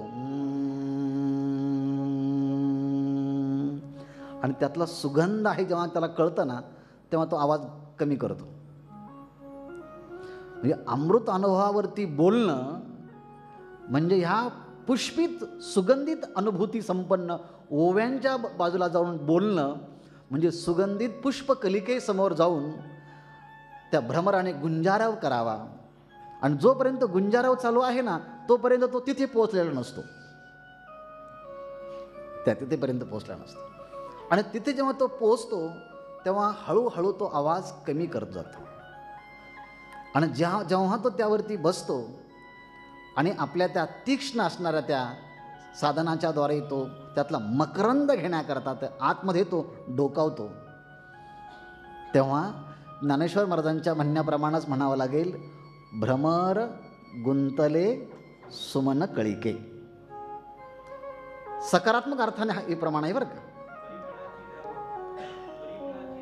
परिमळाची धाव भ्रमर ओढी, तैसी तुझी अमृत अनुभवाच्या ओव्यान तैसी तुझी गोडी लाघो माझं. आणि म्हणून अमृतानुभवाच्या बद्दल बोलत असताना जोपर्यंत आस्वाद होत नाही तोपर्यंत आपण बोलत राहतो. आणि एकदा तो आस्वाद आला मुका स्वादनवत, मग आता बोलणं नाही. अमृत अनुभवाचं अभ्यासातली फलश्रुती काय आहे? बोलणं बंद होऊन मौन धारण करणं. पण मौनामध्ये राहणं हे अनुभव अमृताला अपेक्षित नाही. त्या मौनाचं सुद्धा निपटणं पिऊन टाकावं. कैलास महाराज ओवी सांगा, जे मौनाचेही निपटणे पिऊने गेले. चांगदेव 65मध्ये मौनाची भाषा केली आहे. मौनाची अक्षरे भली असं म्हणून तिथे केलं आहे. पण अमृत अनुभवामध्ये मौन नाही, त्या मौनाचे सुद्धा संस्कार, मौनाचेही निपटणे, महामौन म्हणूया आपण त्याला. निपटणे पिऊन गेलं म्हणजे दूध पिऊन घ्यावी, साय खाऊन घ्यावी, पण तरी काही शिल्लक राहतं म्हणा अंगठ्याने तो साईचा भाग जसा काढून घ्यावा ना, आणि मग इतका काढून घ्यावा की थोडासुद्धा ठेवू नये. असं का मांजर करते बहुतेक. हां, डॉक्टर साहेबांनी तर पुढे जाऊन सांगितलं फक्त भांडच खाणं शिल्लक राहिलं आहे. निषेधावनी हां, सर्व शून्याचा निष्कर्ष महाशून्य जय. सर्व शून्याचा निष्कर्ष ज्या बाईला केला पुरुष, असं एक त्यामध्ये पहिल्या प्रकरणामध्ये येणार आहे. अर्थात असं जी अवस्था जी आहे ना, शांत, अंतर्मुख, प्रसन्न, अशी अनुभूती ह्या अमृत अनुभवाने येणारी असते. आणि म्हणून अतिशय तत्वज्ञानाने परिप्लुत असा हा ग्रंथ आहे.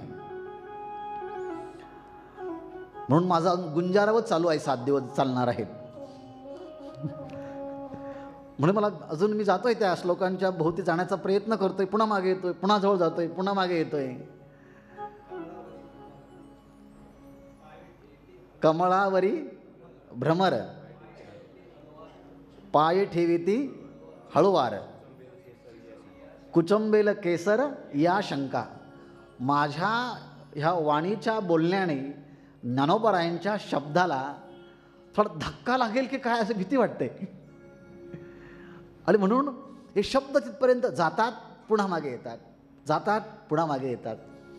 पण एक ना एक दिवस धाडस करावंच लागणार आहे, त्या अक्षरापर्यंत जावंच लागणार आहे. माईक आहे की एक माईक देता का यांच्याकडे? 5 श्लोक पहिले 5.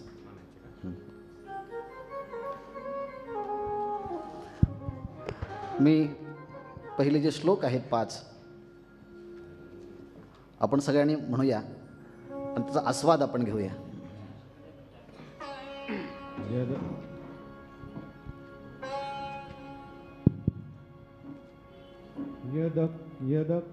यदक्षरमनाख्येय यदक्षरमनाख्येय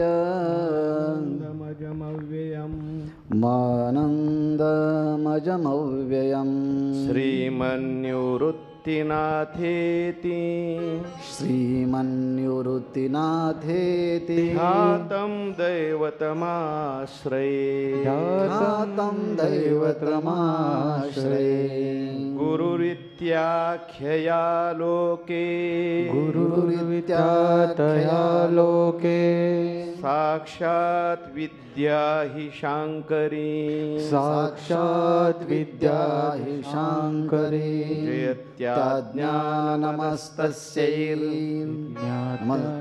नमस्तस्यै दयात्रायै निरन्तरम् दयात्रायै निरन्तरम् सार्धं केन च कस्यार्धम्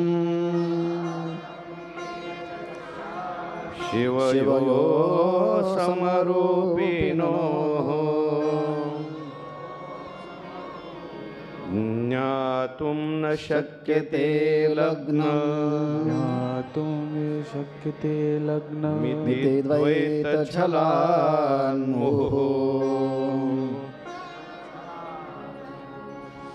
अद्वैतमात्मनस्तत्त्वं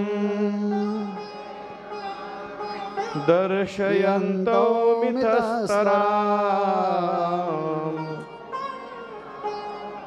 तौ वन्दे जगतामाद्यौ तयोस्तत्त्वाभिपत्तये मूलायाग्राय मध्याय मूलमध्याग्रमूर्तये क्षीणाग्रमूलमध्याय नमः पूर्णाय शम्भवे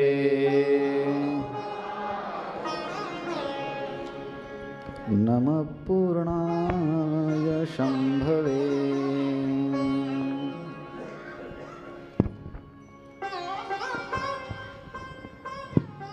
सुरुवातीला ज्ञानेश्वर महाराजांनी 5 श्लोक हे संस्कृतमध्ये लिहिले आहेत. याचा अर्थ असा आहे, त्यांनी ठरवलं असतं तर पूर्ण अमृत अनुभवसुद्धा संस्कृतमध्ये लिहिला असता, पण त्याचा अनुभव फक्त काशीतल्या लोकांनाच कळाला असता. पण वेशीत असणाऱ्या लोकांचं काय, म्हणजे आपल्या लोकांचं काय? काशीतले लोक याचा अनुभव घेतील, पण तुम्ही आम्ही ह्या वेशीतले माणसं आहोत ना, त्यांना हा अनुभव कसा कळणार? पण विद्वानांनाही असं वाटू नये की हे फक्त मराठीतच लिहितात. याचं प्रत्यंतर ज्ञानेश्वरीच्या 18व्या अध्यायातील नमनात्मक ओव्यात जर आपण पाहिलं तर बऱ्याचदा प्रश्न पडतो काही लोकांना, ह्या ओव्या मराठीत आहेत का संस्कृतमध्ये आहेत? कारण कुठेतरी एखादं क्रियापद असतं, सगळे शब्द हे संस्कृतच असतात. आणि म्हणून आपल्याकडे काही ग्रंथांच्यामध्ये हिंदी प्रदेशामध्ये सुद्धा असा एक प्रघात आहे. तिथे सुद्धा एक संत होऊन गेले, त्यांनी तुलसी रामायण त्यांच्या त्या भाषेमध्ये लिहिले आहेत, अवधी भाषेमध्ये. पण त्या अवधी भाषेमध्ये तुलसी रामायण लिहित असताना सुरुवातीला त्यांनी सुरुवात करताना संस्कृत श्लोकामध्ये केली आहे. वर्णानां अर्थसंगानां रसाणां छन्दसामपि मंगलानांच कर्तारौ वंदे वाणी विनायकौ. हा तुलसी रामायणामधला पहिल्या सोपानातला पहिला मंत्र आहे. पण त्यांनी मात्र प्रत्येक सोपानाची सुरुवात संस्कृत श्लोकाने केली आहे, संत तुलसीदास महाराजांनी. पण ज्ञानोबारायांनी पहिल्यांदा 5च हे श्लोक संस्कृतमध्ये केले आणि बाकी मराठीत केले. 10 प्रकरणं आहेत. 10 प्रकरणं का आहेत याचं मगाशी कारण सांगितलं. आपल्याकडे 10 उपनिषद आहेत आणि जणू काही हे 10 प्रकरणं म्हणजे 10 उपनिषदांच्या वरचं भाष्य आहेत. भाष्य नाही म्हणजे स्वानुभूती आहे. आणि ह्या स्वानुभूतीमध्ये 10 उपनिषदाने येऊन निमज्जन केलं आहे. म्हणजे त्यांना असं वाटलं हे राहण्याचं घर आहेत. आणि ह्या 10 प्रकरणाच्या मध्ये प्रत्येक प्रकरणामध्ये जर विचार केला तर ओव्यांची संख्या जवळपास 800 पेक्षा जास्त आहे. किती संख्या? कोणी 806 म्हणतं तर कोणी 807. अभ्यासक असेल तर मला आणखी सांगा बिनचूक. त्या सगळ्यामध्ये पहिलं प्रकरण आहे शिवशक्ती समावेशन. या शिवशक्ती समावेशनमध्ये 64 ओव्या आहेत आणि सुरुवातीला 5 श्लोक आहेत. नंतर सद्गुरु स्तवन आहेत सद्गुरूंच्या संबंधाचे आणि शिष्याच्या संबंधाचे सगळा विचार संक्षेपाने ज्ञानेश्वर महाराजांनी या सद्गुरू स्तवनाच्या मध्ये सांगितला. त्यामध्ये जवळ 80 ओव्या आहेत. नंतर वाचारुण परिहार हे तिसरं प्रकरण आहे. त्यामध्ये 33 ओव्या आहेत. त्यानंतर ज्ञान अभेद कथन ह्या 43 ओव्यांचं छोटंसं प्रकरण आहे. नंतर 5वं प्रकरण जे आहेत सच्चिदानंद पदत्रय निरूपण. त्यामध्ये आत्मा हा सत्स्वरूप चित्स्वरूप आनंद स्वरूप आहे का सच्चित पद हे आत्म्याचे बोधक नसून अन्य व्यावर्तक आहे हे सांगण्यासाठी सच्चिदानंद पदत्रय निरूपण असा 5वं अतिशय छान प्रकरण आहे. असदाची व्यावृत्ती सद म्हणून आलोय श्रुती जडाची समाप्ती चिद्रूपायशे अशा आशयाच्या सुंदर ओव्या आहेत. नंतर पुढचं प्रकरण आहेत 6वं शब्दखंडन. शब्दाचं महात्म्य अतिशय अप्रतिम पद्धतीने शेवटच्या किती ओव्या सांगितलं कैलास महाराज? शब्दाचं महात्म्य पहिल्या 6 ओव्यांच्यामध्ये 11 ते 12 ओव्या आणि नंतर मग त्यांचा संबंध कसा नाही हे सांगितलं. आणि तिथली ओवी आहे का पुढची माहिती नाही मला, पण त्या ओवीचा अर्थ सांगतो. दिवसा दिवा लावावा आणि दिवसा जो दिवा लावला आहे तो दिवा अंधार घालवेल का सूर्याला दाखवेल? दिवसा लावलेला दिवा तो दिवा अंधार घालवेल का सूर्याला दाखवेल? ज्ञानेश्वर महाराज म्हणतात अंधार घालवणार नाही, कारण तो दिवसा लावलेला आहे. आणि सूर्याला दाखवणार नाही, कारण सूर्याच्या प्रकाशापुढे हा लावला आहे हेच कळत नाही. मग दिवसा दुपारी लावलेला दिवा ना अंधार घालवेल ना तो सूर्याला दाखवेल. तसं उभयता पदवी शब्दा झाली अशा आशाची ती ओवी येणार आहे. काय ओवी आहेत कैलास महाराज? देहांतीचा दिवा तम धाडीना दिवो दावी तैसी उभयता पदवी शब्दा झाली. दिवसाचा लावलेला दिवा ना अंधार घालवत ना सूर्य दाखवत, तसे शब्द काहीच करू शकत नाही, ना अविद्येचं खंडन करू शकत, ना तो आत्म्याला दाखवू शकत. आणि म्हणून पुढचं प्रकरण आहे अज्ञान खंडन. ही अज्ञान खंडनातली ओवी असेल कदाचित, मी बोललो ते मागे पण असेल. शब्दखंडनातली आहे का? शब्दखंडनातली आहे. आणि ते सगळ्यात मोठं प्रकरण आहेत अज्ञान खंडन. त्या जवळजवळ 295 ओव्या आहेत. सगळे युक्तिवाद त्या ठिकाणी ज्ञानोबारायांनी त्या अज्ञान खंडनाच्या मध्ये मांडलेले आहेत.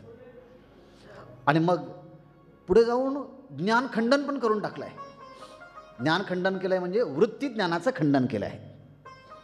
स्वरूपभूत ज्ञानाचं कोणीच खंडन करू शकत नाही, वृत्ती ज्ञानाचं खंडन केलं आहे. मग आता अज्ञानाचं खंडन झालं, शब्दाचं खंडन झालं, ज्ञानाचं खंडन झालं. मग खाली जी अवस्था राहिली ती जीवनमुक्त अवस्था आहे. मग त्या जीवनमुक्तीच्या कथनाचं एक प्रकरण आहे. त्याला जीवनमुक्ती दशा कथन असं म्हटलं जातं. ते 9वं प्रकरण आहे. त्याजवळ 70 ओव्या आहेत त्यामध्ये. आणि शेवटी या ग्रंथाचं महात्म्य सांगण्याकरता ज्ञानोबारायांनी ग्रंथ परिहार ग्रंथ महिमा वर्णन केलं आहे. आणि त्यामध्ये ज्ञानेश्वर महाराजांनी 31 ओव्या लिहिल्या आहेत. असं हा थोडक्यामध्ये जसं विमानामध्ये बसून काय काय खाली आहेत ते पाहावं, तसं थोडक्यामध्ये प्रत्येक अध्यायाच्यामध्ये किती ओव्या आहेत आणि त्यामध्ये काय विषय आहे याचा अंदाज थोडासा घेण्याचा प्रयत्न केला. आणि मग सगळं करत करत आता श्री गुरूंनी अनुभव विचारला की तुमचा अनुभव काय आहे ते सांगा. आणि अनुभव जेव्हा सांगायला सुरुवात केली तो ज्यांच्यासमोर अनुभव सांगितला त्यांना बघून स्वतःच्या अंतःकरणामध्ये जो भाव उत्पन्न झाला, आपल्या गुरूंच्याकडे पाहताना त्या गुरूंच्यासाठी वापरलेले शब्द आणि ब्रह्मतत्वाच्या स्वरूपासाठी वापरलेले शब्द हे दोन्ही सारखेच आहेत. परब्रह्मासाठी वापरलेले शब्द आणि गुरूंच्यासाठी वापरलेले शब्द हे दोन्ही सारखेच आहे. याचं महत्त्वाचं कारण गुरु हे परब्रह्म आहेत.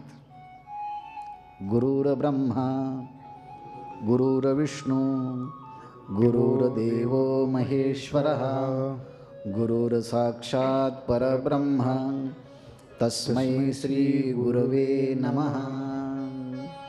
गुरु हे साक्षात परब्रह्म आहेत असं आपण अनेकदा गुरूंच्या बद्दल शब्द वापरतो. पण ज्ञानोबारायांनी परब्रह्माचं वर्णन करण्याकरता मुंडक किंवा मांडुक्य उपनिषदांच्या मध्ये प्रज्ञम अप्रज्ञम या शब्दांचा जसा प्रयोग केला आहे ना, तशा शब्दांचा प्रयोग ज्ञानोबारायांनी आपल्या गुरूंच्या बद्दल केला आहे. जो श्लोक आता यांनी म्हटला त्या शब्दातले अक्षर असे आहेत. यदक्षरं मनाख्येय मानन्दमजमव्ययं श्रीमन्निवृत्तिनाथेति ख्यातं दैवतमाश्रये. आपल्या गुरूंचं वर्णन करताना गुरूंना 3.5 हाताचा चर्ममांसाचा पिंड अशा अर्थानं वर्णन केलं नाहीत. कारण महात्मे स्वतःला देह कधीच समजत नाही आणि अज्ञानी माणसं स्वतःला देह समजल्याशिवाय राहत नाही. देह खंडाणाम आत्मा. देह हा काय आहे? हा आपला देह हाच आपला आत्मा आहे. इति चारवाकः.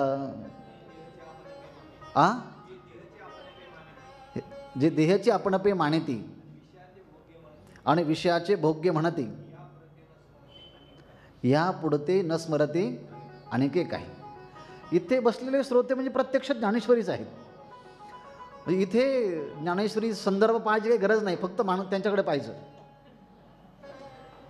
माझ्या बोलण्याच्या आधी त्यांच्या ओव्या तयार असतात. उलट त्यांना वाटत असेल की प्रत्येक शब्दाला एखादी ओवी सांगावीत, पण ते वाटून मला पण बरं वाटतं. म्हणजे आपलं बोलणं ज्ञानेश्वरीच्या ओव्यांच्या आधारे चाललं आहे, चांगदेव 65च्या ओव्यांच्या आधारे चाललं आहे किंवा अमृत अनुभवांच्या ओव्यांच्या आधारे चाललं आहेत. याला प्रमाण भेटतं या अनुभूतीला. आणि म्हणून आपली अनुभूती श्रीगुरूंची सांगत असताना, श्रीगुरूंच्या विषयी पराकोटीचा आदर सांगताना, अभिव्यक्त करताना आपल्या गुरूंच्यासाठी शब्द वापरतात. माझे गुरु कसे आहेत त्याकरता सर्वनाम वापरतात. यद, जे. जे कसे आहेत म्हटले? यद अक्षरम. हे वर्णन परब्रह्माचं पण आहे आणि हे वर्णन श्रीगुरूंचं पण आहे. सामान्य भाषेत खाली येऊन अति सिंपल सेंटेन्स जर बोलायचं ठरलं तर असं म्हणता येईल, लहानपणापासून आपण शाळेत जातो आणि पहिल्यांदा काय शिकत असेल तर अक्षर शिकतो. स्वर असेल, व्यंजनं असेल, त्यांनाही आपण अक्षरच समजतो ना. तेही अक्षरच आहेत. आणि हे सगळे अक्षर शिकल्यानंतर या अक्षराच्या माध्यमातून जिथे पोचायचं आहे ते तत्वालाही नाव आहे अक्षर. त्यालाही अक्षर म्हटलं आहे. मग कोणी असं म्हणेल, अहो शाळेमध्ये जाऊन अक्षर कशा करता शिकायचे? अक्षर स्वरूप परमात्म्याकडे जाण्याकरता हे अक्षर शिकायचे. मग शाळेतले अक्षर शिकून सुद्धा जर त्या अक्षरापर्यंत जाता येत नसेल तर साक्षर असूनही माणसं खऱ्या अर्थाने निरक्षरच आहेत. म्हणून म्हटलं की मी हे विधान आधी खाली येऊन बोलतोय, मुलं जास्त असल्यामुळे. जे शिकणं जे आहेत ना, जे अक्षर जे आहेत ना, हे अक्षर फक्त अक्षरापुरतं राहिले तर ह्या अक्षराला मुंडक उपनिषदामध्ये म्हटल्याप्रमाणे ही केवळ अपराविद्या आहे. ही सगळी अपराविद्या आहे. पण यया यत् अक्षरम अधिगम्यते, त्या अक्षरस्वरूप परमात्म्याचा अधिगम, साक्षात्कार ज्या माध्यमातून होत असेल ना, ते खरं अक्षर हे सार्थक अक्षर आहे.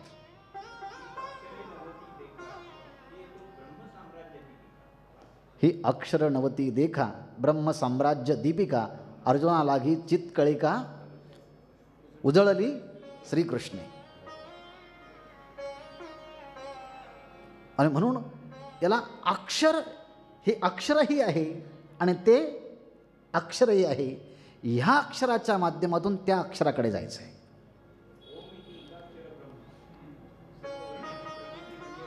हां, ओम ही एक अक्षर ब्रह्म आहे. आणि म्हणून ज्याला लिहिता वाचता येतं असं म्हटल्यानंतर म्हणू नये की मी आता साक्षर आहेत. ही अपूर्ण आहेत ती. या अक्षरांच्या माध्यमातून अक्षर स्वरूप परमात्म्याची ओळख होऊन जेव्हा मनुष्य शांत अंतर्मुख प्रसन्न होईल, त्या अर्थाने खऱ्या अर्थानं साक्षरतेला आरंभ करण्यासारखं आहे. म्हणून तो विद्येला आरंभ करताना श्लोक म्हटला जातो, विद्यारंभम करिष्यामी. मी आता विद्येला आरंभ करत आहे. म्हणून त्या दक्षिणेमध्ये मुलांना शिकवताना त्यांच्याकडनं पहिला श्लोक म्हणून घेतला जातो. आपल्याकडं पण घेत असेल माहिती नाही, पण मी तिकडे जास्त ऐकला येतो. विद्यारंभम करिष्यामी, मी विद्याचा आरंभ करत आहे त्या परमात्म्याला ओळखण्यासाठी. गीतेचा संदर्भ देतो फक्त एक. गीतेमध्ये अनेक अध्याय आहेत. त्या अध्यायाच्या मध्ये 8व्या अध्यायाचं एक नाव आहे अक्षर ब्रह्मयोग. आणि त्या 8व्या अध्यायाला अक्षर ब्रह्मयोग म्हणण्याचे जी कारणं सांगितली आहेत, त्या 8व्या अध्यायामध्ये अर्जुनाने भगवंताला प्रश्न विचारले आहेत. 7 प्रश्न विचारले आहेत 8व्या अध्यायामध्ये. आणि त्या 8व्या अध्यायातल्या त्या 7 प्रश्नापैकी शेवटचा प्रश्न असा आहे, हां, पहिलाच प्रश्न असा आहे, किम तत् ब्रह्म. ब्रह्म म्हणजे काय आहे? त्याचं भगवंताने एकाच वाक्यात उत्तर दिलं आहे, अक्षरम ब्रह्म परमम.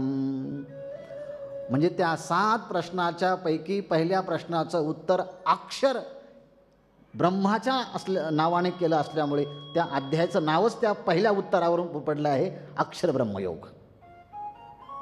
अक्षर ब्रह्मयोग का पडलं? कारण पहिल्या प्रश्नाचं उत्तर किम तत् ब्रह्म, अक्षरम ब्रह्म परमम, ह्यावरून त्या अध्यायाला नाव पडलं आहे. आणि म्हणून अक्षर म्हणजे काय? जे कधी क्षरत नाही, जे कधी नष्ट होत नाही. आपल्या शरीराच्या मध्ये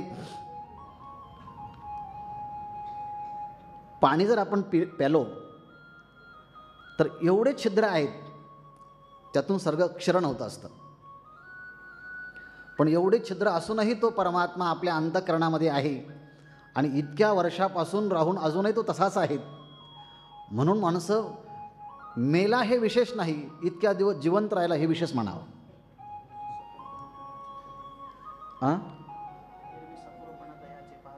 एरवी सपूरपणतयाचे पहावे, हे शून्याचे नव्हे स्वभावे, जे आकाशाचे पालवे गाळून घेतले.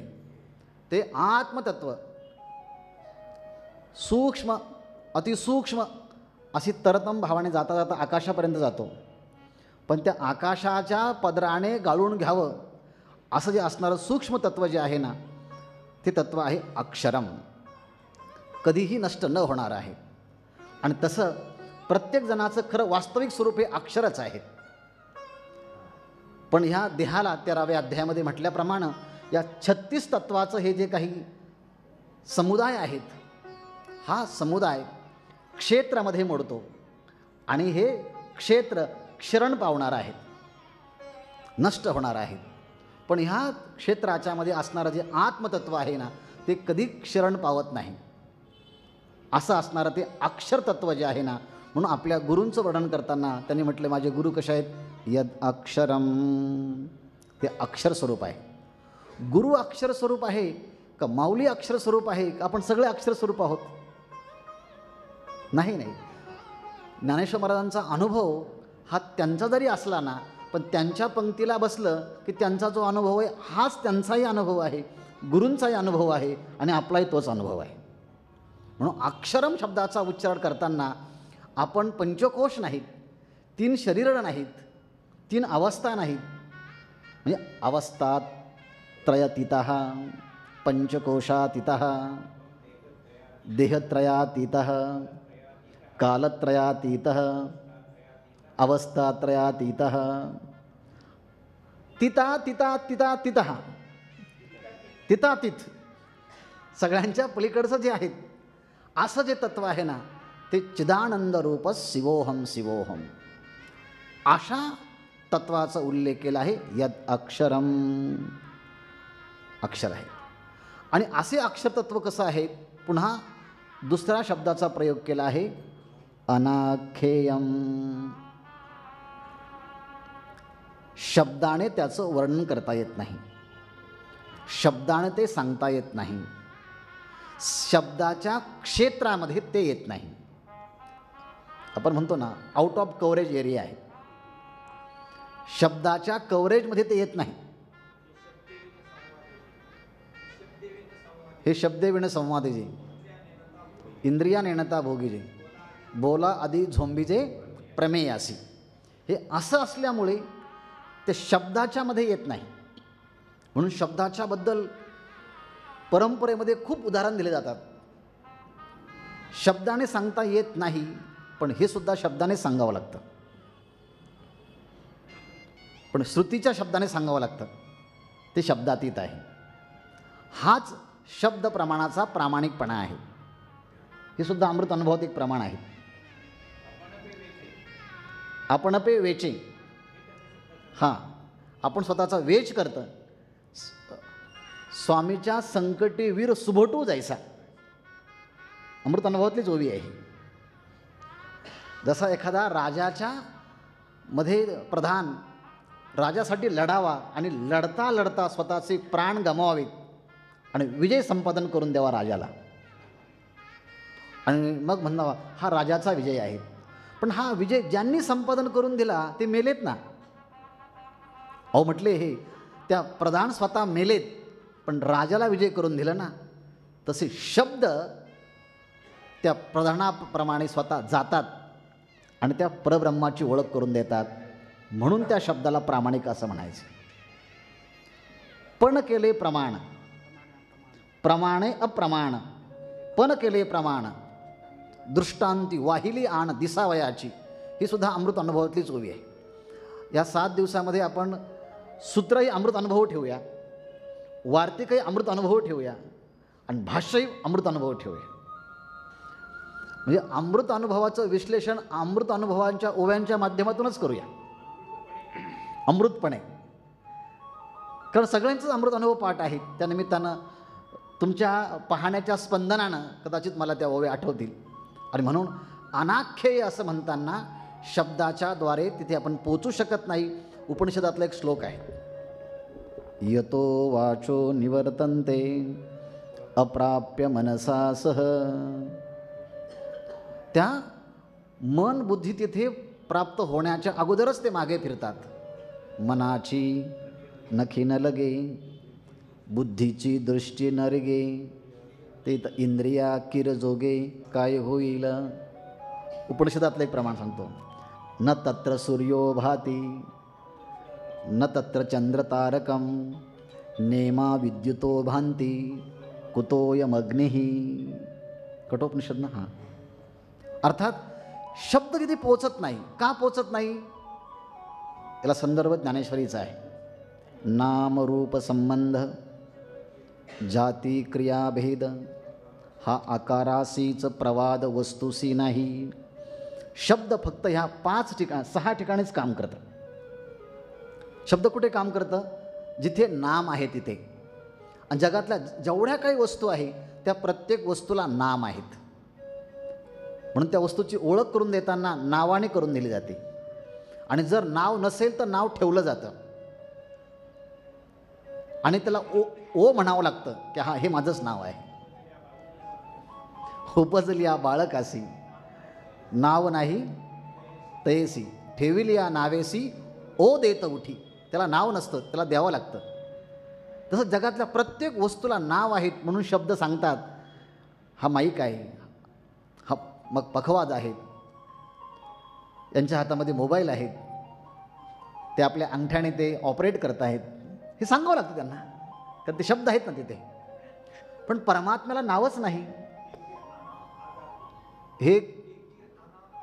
हे किर अनाम अजाती. माझी अविद्या वर्गाचे राती ओळखावया श्रुती खूण केली. अर्थात श्रुतीने त्याला ओळखण्याकरता हे नाव दिलं आहे आणि म्हणून तो परमात्म्याला नाव नसल्यामुळे अनाख्येय आहे. हां, ते तर उपाधीचा घेऊन ओथंबा श्रुती जिभविती उभविती जिव्हा नामरूपाचा ओडंबा करती वाया. अर्थात निरर्थक बोलतायत म्हणून शब्दाचा त्या ठिकाणी प्रवेश नाही, नाम नाही, रूप नाही. ज्याला नाव असतं त्याला रूप असतं, परमात्म्याला नावही नाही म्हणून रूपही नाही. म्हणून ज्याला नाव नाही रूप नाही त्याला कसं ओळखणार. आमचे गुरुवर्य मारुती महाराज सांगत असतात दृष्टांत. ते म्हटले एक दक्षिणेतला मनुष्य महाराष्ट्रामध्ये आला, त्याला काय काम सांगावं काही कळेना. मग म्हटले घोड्याच्या खरारा करण्याचं काम त्याला सांगितलं. म्हणजे घोड्याला पाणी देणं, घोड्याला चारा देणं, घोड्याला हरभरे देणं, हे काम करायचं तो. आणि म्हणून एक दिवस तो त्या घोड्याला लगाम घेऊन तो पाणी पाजण्याकरता गेला. घोडा पाणी पाजत असताना तो थोडा बाजूला थांबला. घोड्याने पाहिलं याचं दुर्लक्ष झालं आहे आणि घोड्याने जसं उड्डाण केलं तो घोडा पळून गेला. तो जो घोड्याला पाणी घेऊन जाणारा होता त्याला मोठं आश्चर्य वाटलं, आता काय करायचं.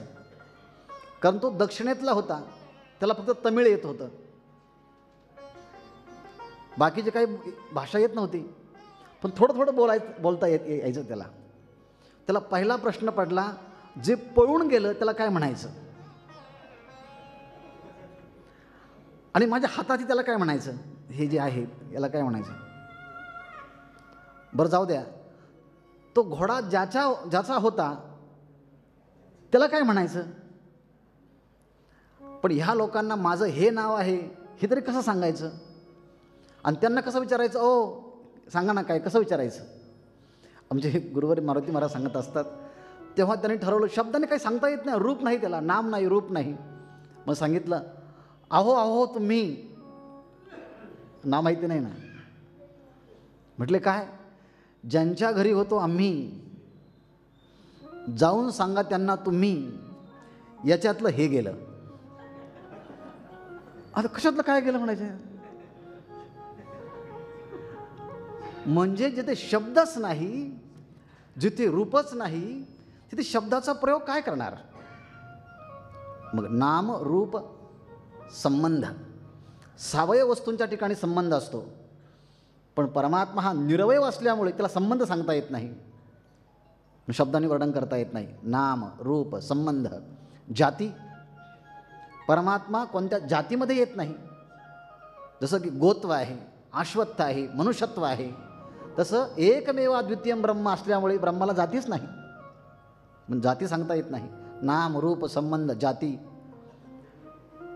ब्रह्माच्या ठिकाणी कोणतीच क्रिया नाही, कारण जे व्यापक असतं त्यामध्ये क्रिया नसते. तुम्ही इथे आलात, तुम्ही संकुचित आहात, हे ऐकल्यानंतर बाहेर जाणार. जे संकुचित असतं, परिच्छिन्न असतं, त्यांच्यामध्ये क्रिया असते.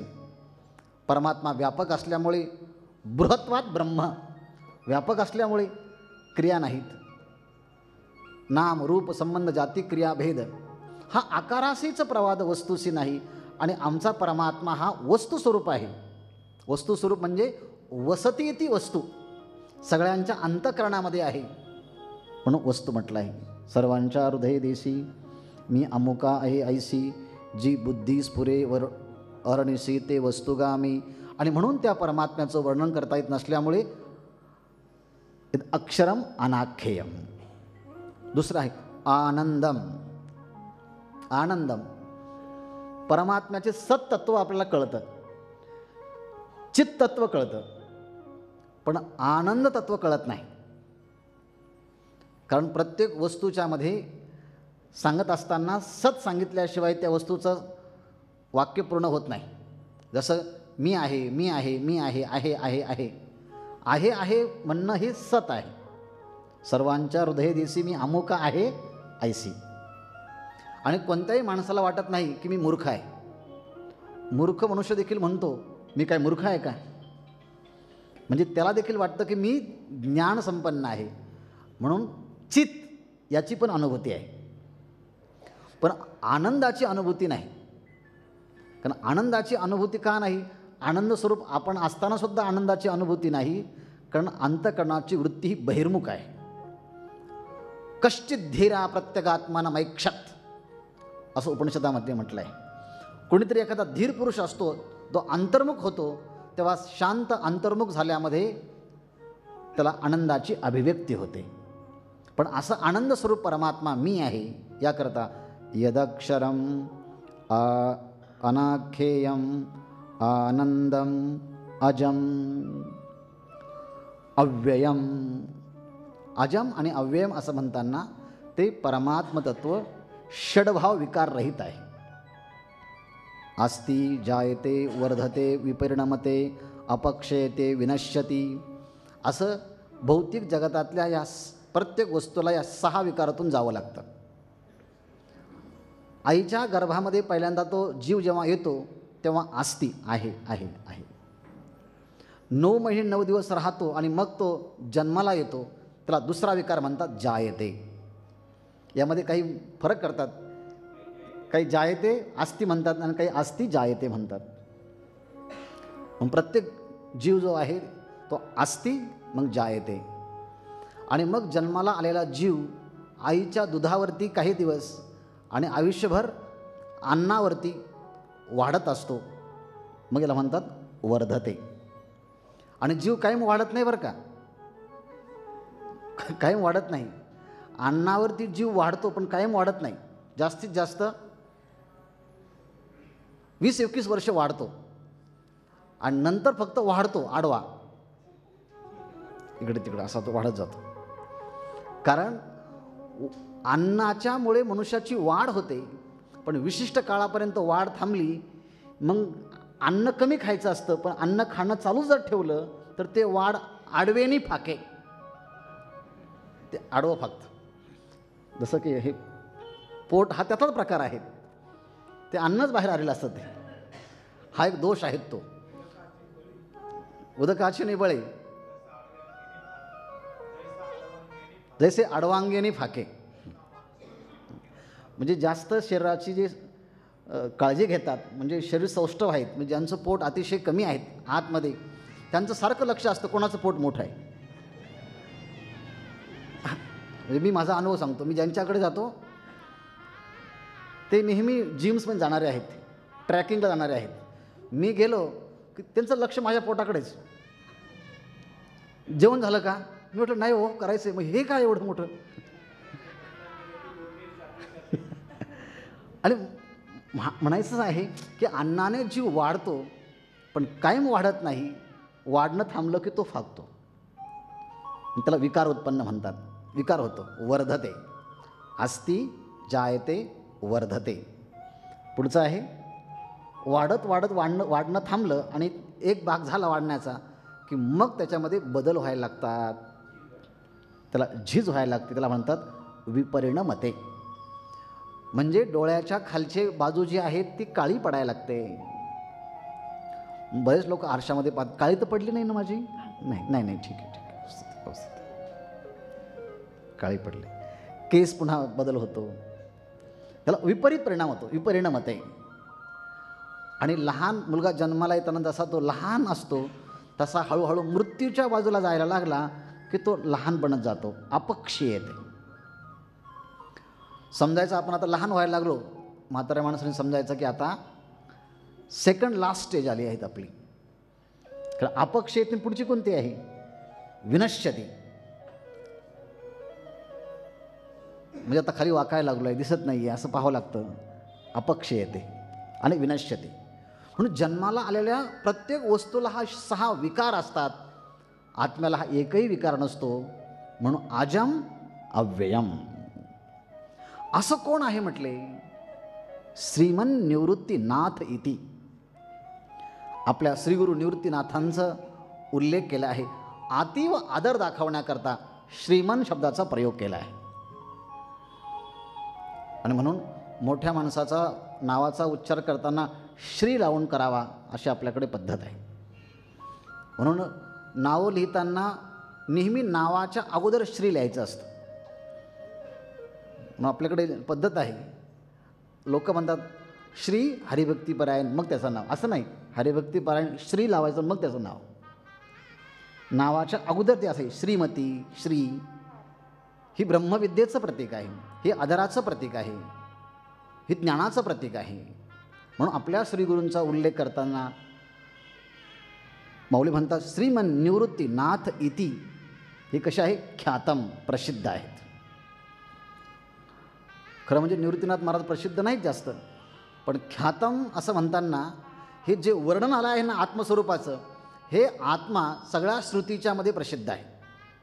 म्हणून श्रुतीने असं म्हटलं आहे, वेद त्याचं प्रतिपादन करतात. वेद प्रतिपाद्या, त्या आत्मतत्वाचं ततपदम, ते पद ते आहेत.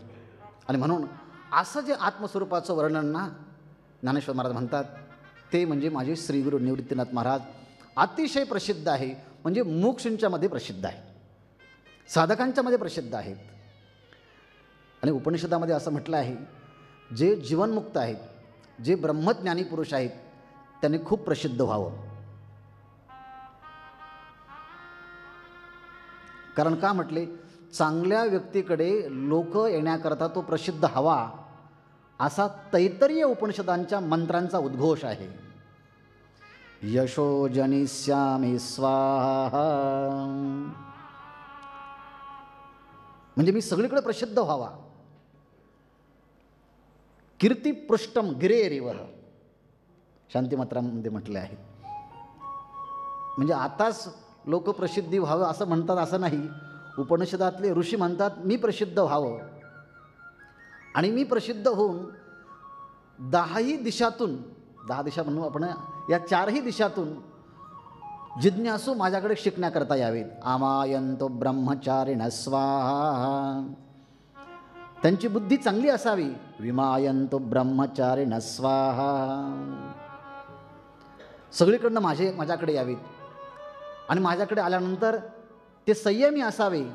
दमायंतो ब्रह्मचारिण स्वाहा, म्हणजे मी प्रसिद्ध व्हावं, माझ्याकडे सगळ्या देशातनं मुलं यावेत, ते संयमी असावेत, ते शीलवान असावेत, आणि त्यांनी ब्रह्मविद्या प्राप्त करावीत. ह्याकरता मी प्रसिद्ध असावं असं उपनिषदाला ऋषींना वाटतं.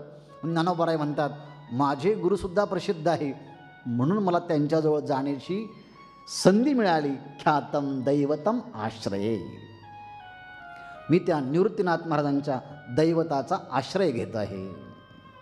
आणि म्हणून गुरुजी असं म्हणतात, शिष्याने गुरूंचा आश्रय घ्यावा, भक्ताने देवाचा आश्रय घ्यावा,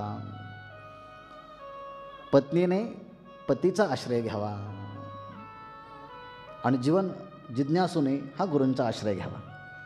आणि म्हणून ज्ञानेश्वर महाराज म्हणतात मी गुरूंचा आश्रय घेत आहे. ख्यातम दैवतम आश्रय, यामध्ये या शब्दांच्या माध्यमातून वस्तू निर्देशरूप मंगल या ठिकाणी साधलं आहेत. आणि आश्रय, मी आश्रय घेतो म्हणजे नमस्कार करतो, मी एकरूप होतो, नमस्कार करतो म्हणताना नमस्कार रूप मंगलही आहेत अप्रत्यक्षरित्या. म्हणजे वस्तू निर्देशरूप मंगल हे प्रत्यक्ष आहेत. आणि ख्यातम दैवतम आश्रय असं म्हणताना, आश्रय घेताना मी त्यांना शरण जातो, म्हणजे नमस्कार करतो, नमस्कार रूप मंगलही आहेत. आणि हे 2 मंगल आहेत. आणि तुमचा मला आशीर्वाद हवा आहे, याकरता अनुस्यूत भाग असल्यामुळे आपण म्हणूया आशीर्वाद मंगल त्यामध्ये अध्यारूत आहे.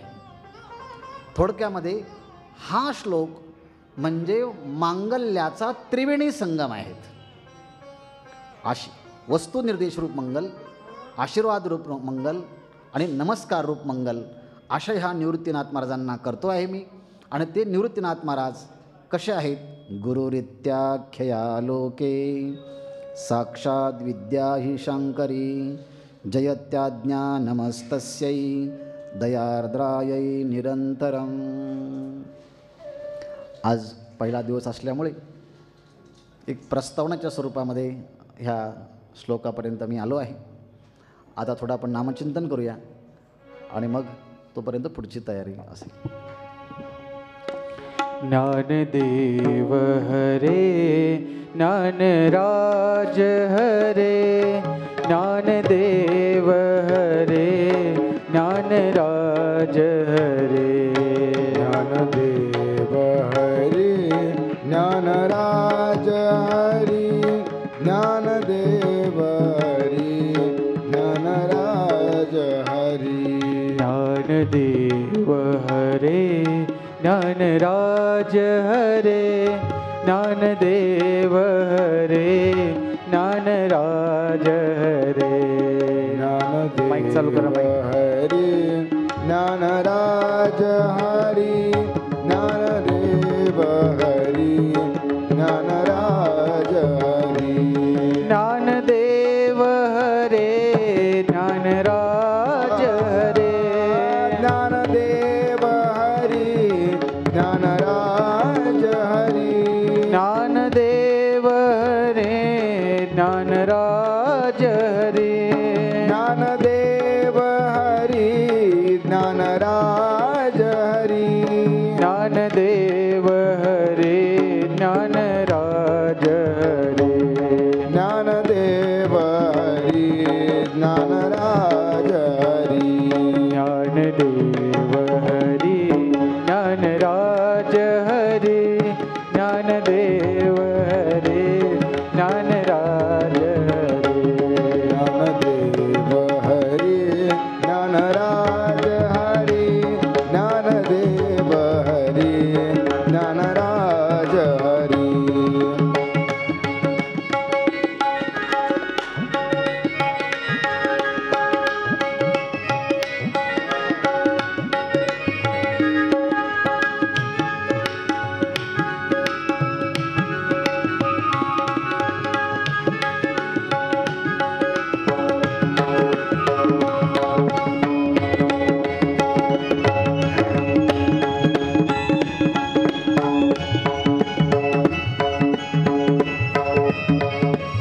ज्ञानदेव हरे ज्ञानराज हरे ज्ञानदेव हरे ज्ञानराज हरे ज्ञानदेव हरि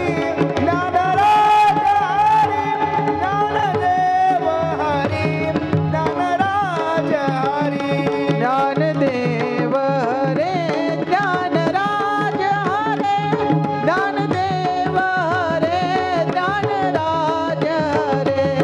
ज्ञानदेव हरि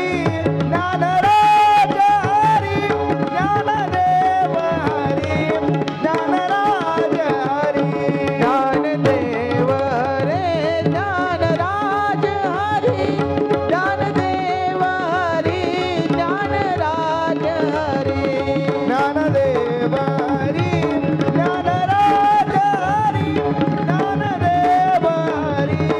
ज्ञानराज हरि ज्ञानदेव हरे ज्ञानराज हरे ज्ञानदेव हरे ज्ञानराज हरे